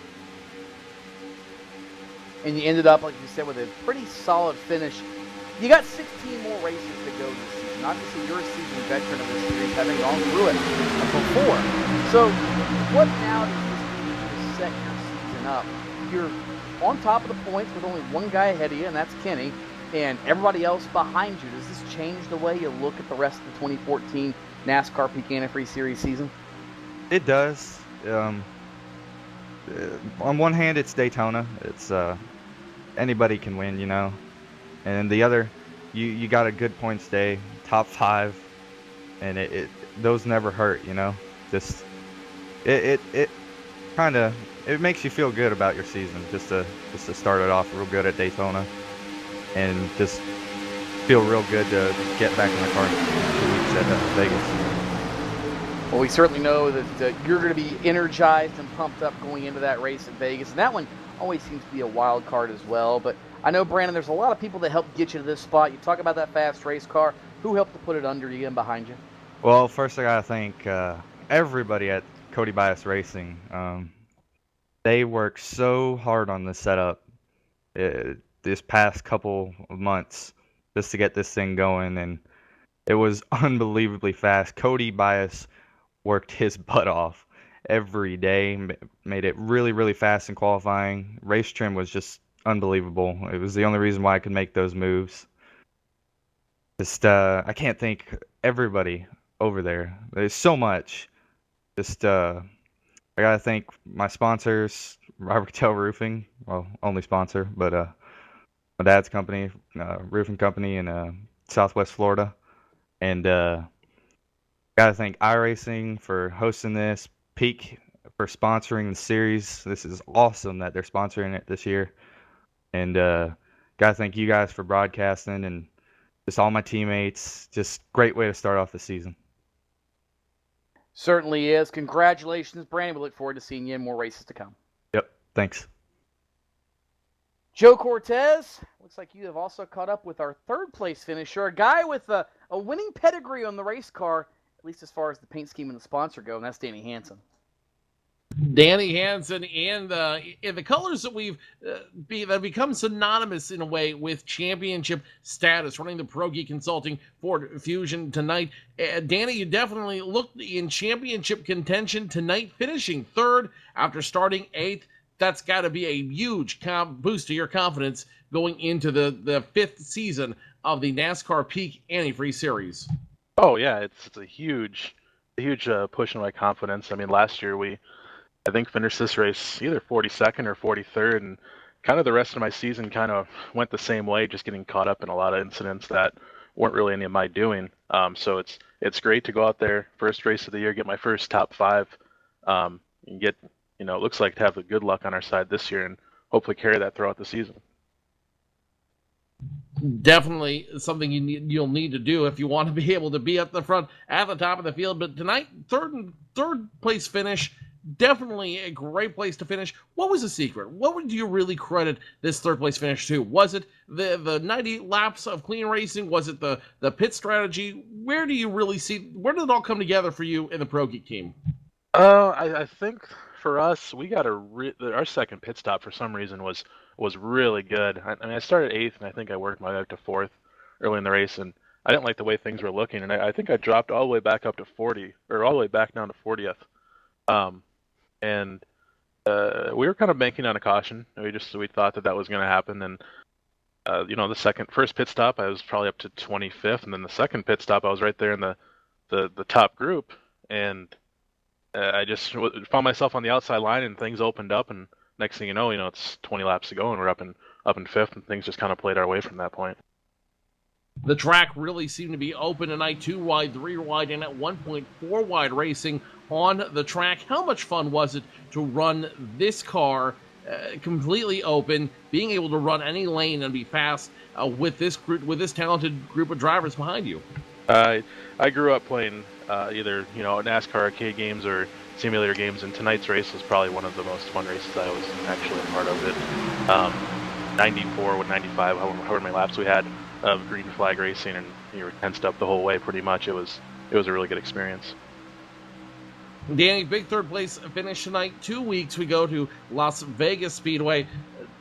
How do you adjust from that? How do you come off the high from this, the third place win, and focus yourself to be in similar contention for that race in 2 weeks' time?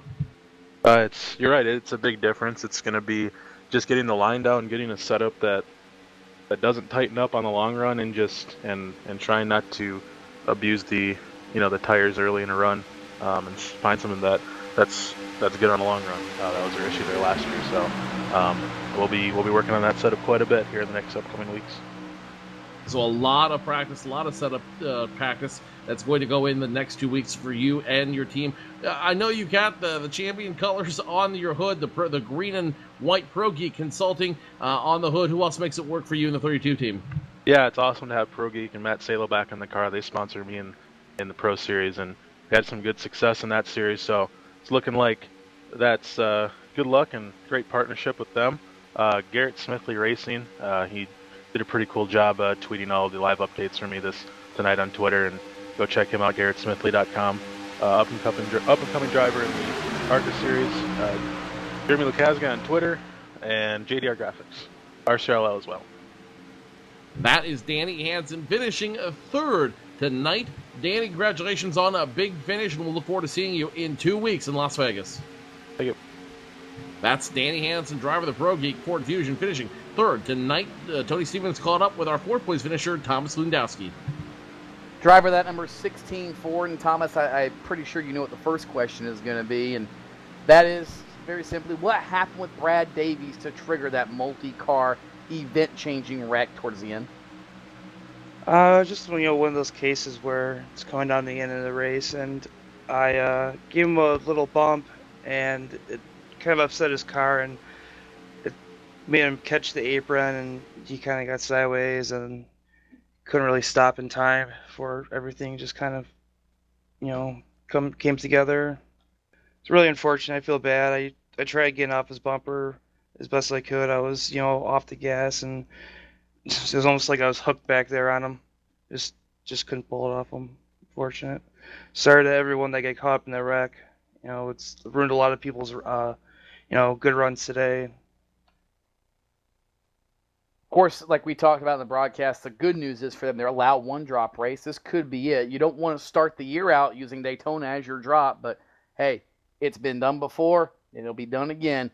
Things are going to happen. But the rest of the race, you had a pretty stout race car. You had speed no matter where you wanted to go. You started on the outside of the front row. Was the car that good by itself as was it was with other people, or was it simply a matter of people really wanted to work with you knowing you had a fast race car? It was probably a combination of both. We had a really good race setup. I was actually shocked that we qualified as high as we did. I was probably considering we might be top 10 with that kind of lap time, but I didn't think it'd be good enough for second. But pretty much early in the race, I was just trying to keep my nose clean, just saving fuel. So we had a shorter pit stop at the end to gain more track position, and the car was just really fast. A lot of thanks goes out to Michael Conti and all those guys over at J Show, Jason Loafing, Brian Schoenberg. We all worked together and set up, and a bunch of us had really good runs tonight with it. And of course, that's a good way to start out your season. We've asked everybody else about it, and of course, we have to ask you the same thing. What's this do now for the next 16 races for the 16 group? Well, it's just nice, to get a good run in the first race of the season. Sets you up really nicely, and hopefully gives us momentum going forward. Always a plus. Who all does help to make it happen with the 16 car? I just like to thank the guys at RCRL.com. They came aboard this year for me. It's been a couple years unsponsored, and they decided to step up and help me out this year. So big thanks to those guys. And Brad Davies, my teammate, who I unfortunately got in an accident with tonight, and all the guys over at J Show Motorsports. Well, there is your fourth place finisher, Thomas Lewandowski. And Joe, he's got a good last name. I think I did call him Charles Lewandowski at one point in the show. Nationwide Series driver, so I guess he's got that much going for him. But nonetheless, he finishes fourth here tonight after being out front of the field for 4 laps during the course of the evening. And I think the guy that's in the, let's just say he should play some Powerball tonight, the 5th place finisher in the 55, standing by with you.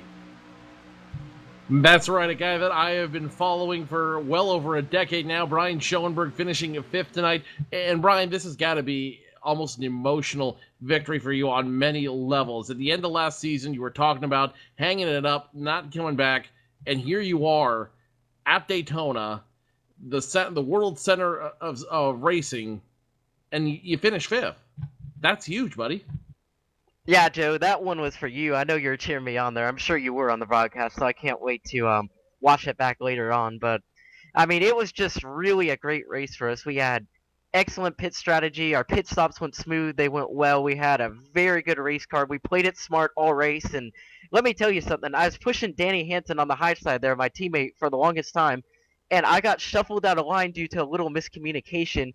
And that probably was a pretty lucky thing because when they had that big crash there, towards the end of the race, Conti got kind of demolished in it partially. So that probably was going to be me until I got shuffled out of line and I was able to maneuver through that wreck pretty nicely. So everything just kind of seemed to work its way on its own today, and it turned out to be a very nice race for us. This track has been very hard on me. It's caused a lot of frustration in the past. I mean, we've run 4 races here, the first race of the year at Daytona, and I've been wrecked in 3 out of those 4 races. So it was nice for this 5th one to just get a top 5 finish and have a clean car and just have everything go right. Definitely have everything go right and just have everything work for you and the 55 team. How much fun was it tonight? Just to be able to run in and out of lines and running in and out of drafts. At one point, we saw you go 3 wide several times on that high side, making it work. You look like you were just having a blast in this Gen 6 car. How much fun was it out there? Honestly, I used to hate this type of racing, but that was the most fun I've probably ever had on a plate racetrack, pretty much ever. So props to everyone at iRacing, I guess you could say, because it made a great package. And for the most part, I mean, everyone was driving a really, really, really good race. It got kind of scary on that final restart because there's a couple damaged cars, that stayed out there at the end. But I don't blame them. I would have done the same thing. I had to do the same thing in this very race actually last year. And I'll tell you something. My old buddy Brian Blackford got hooked up with me there on that final restart, and I thought, oh my gosh, this is going to be huge because we actually had a huge run coming up on the top 4 there, as we were coming around down the backstretch towards the white flag. But that wasn't meant to be, as they wrecked behind us. But at the same time, you got to look at it as, well, we could have very easily crashed going for the lead as well. So this track has taught me, Joe, you got to take what you can get, and I will run away with this, with a smile. I'm very pumped up. I'm probably about as happy as I've ever been after one of these DWC races, just because finishing up front at a plate track seems like a really huge accomplishment because you have to have everything go right, and that really pleases me that it did. Not only for myself, but Danny Hansen, Michael Conti, Tom Lewandowski. Didn't work out so good for Brad, but it worked out good for pretty much all of us, and that's amazing. Brian, last season you finished 5th. This season you begin 5th in points. 2 weeks' time, we go to the 1.5 miles in Las Vegas. How do you keep that momentum going? How do you keep that 55 moving forward? Well, Joe, I mean, it's really hard to say. If I could figure that out, I'd freaking go for the championship, or I would have won one by now. But we're just going to do the best we can. Our team itself, we have 3 drivers, myself, Danny Hansen, Michael Conti. We got Jason Loping on the side helping us. And then, with the drill aisle, we have Tom Lewandowski and Brad Davies. And, we're a lot smaller than a lot of the other teams out there, like Gale Force, for instance, not trying to, bring attention to them. But we're a lot smaller than teams like them. So we're going to do the best we can, and whatever happens, happens. But I will say, I do have some really smart people on this team, and we were really good at Las Vegas last year. So, honestly, I have no clue what's going to happen. We could be trash. We could be great. But at this point, the sky's the limit, so you just take what you can get and smile, right? Brian, I know you've said a lot. You've given a lot of credit to a lot of people out there. Anyone else you want to thank for this big finish out here at Daytona? Yeah, there's still some more people out there. Let me thank some of my new partners here. We have Main Performance PC on the car as the new primary sponsor this year. Pro Geek Consulting with Matt Salo is our new secondary sponsor, and I have to thank Jeremy Lukowska and JDR Graphics as well. And also, I gotta say, this also goes out to my grandpa. We lost him on February 13th. He was just 7 days from turning 100 years old, and he absolutely loved racing and everything about it. And he was not only my grandpa, but one of my best friends for 12 or 13 years living with us. So this definitely goes out to him. I had his name on the side of my car today, and it was really great to get him, a nice run. It wasn't a win, but just thanks to him and thanks to everyone for the kind words over the last couple of weeks. It's really meant a lot to me, and thank you, Joe, and everyone else over here as well on PSR TV, and I can't wait to watch the broadcast. I'm pumped up, man! A very pumped up Brian Schoenberg getting his season kicked off the right way. The 5th place finish here at Daytona International Speedway. Tony, we've called a lot of great races in our time. You and I have been doing this together now for the better part of 4 years? And this by far has to be the best race we've ever called. Ever. It ranks up there as one of the more exciting ones and one of the ones we really didn't know what was going to happen, and certainly kicking off a new era with Peak's involvement with iRacing and NASCAR here at this series and all the things that they're going to be doing with iRacing.com and all of its members in the near future. And, of course, I've got a feeling iRacing will be utilized in some Peak promos, let's say. We talked about the Stock Car Dream Ride contest they have. Have a feeling that maybe an iRacing sim will be part of that competition this year. Just a guess. Educated as it might be, but just a guess, and we'll see how that works out. But all the opportunities they're providing, very, very cool, and I think they're proud to be associated with this series and this type of racing and this type of event. And you hear the enthusiasm. It's like Brian Schoenberg. That's what it's all about. So on behalf of Ian Bushing, Ilka Happel, Chuck Johnson, Matt Thomas, Joe Cortez, Tim Terry, who's traveling back to the Great White North, and everybody at iRacing.com and our new sponsors at Peak Antifreeze, and of course, everybody in the NASCAR group that we work with. Want to let you know that Saturday, March 1st, the first round of the iRacing.com World Championship Grand Prix Series will be on the air live on PSR TV, and we'll be back right here on PSR TV, same time, same channel, same website, if you will, in 2 weeks' time from Las Vegas for round number 2 of the NASCAR Peak Antifreeze Series. Until then, we'll see you at the races. Good night, everybody.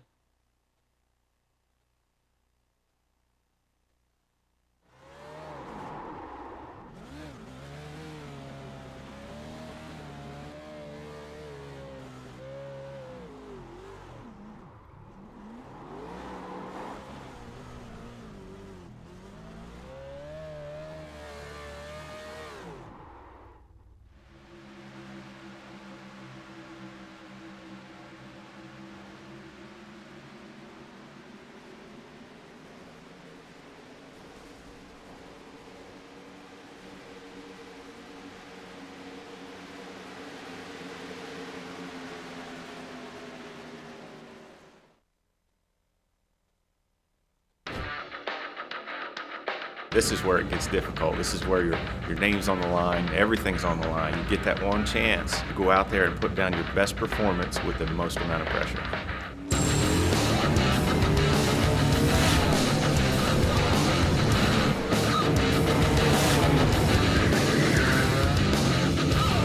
You got to take this race car, this whole new group of people, go to the racetrack, somehow impress them, and oh, by the way, you got to do it now. It's now or never. The first thing that went through my mind was like, no way. Just be real important to try to figure out how to put the tires under him and run a smart 150 laps. They might bump him around a little bit, but what doesn't kill you makes you stronger.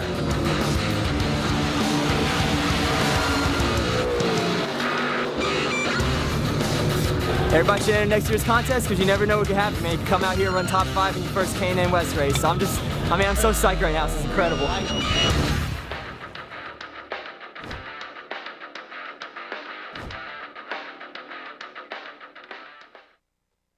What's inside Peak Antifreeze? 65 years of experience in hot and cold protection. From an independent, family-owned business that's never been afraid to give you exactly what's right for your engine and your wallet. Peak. Run true.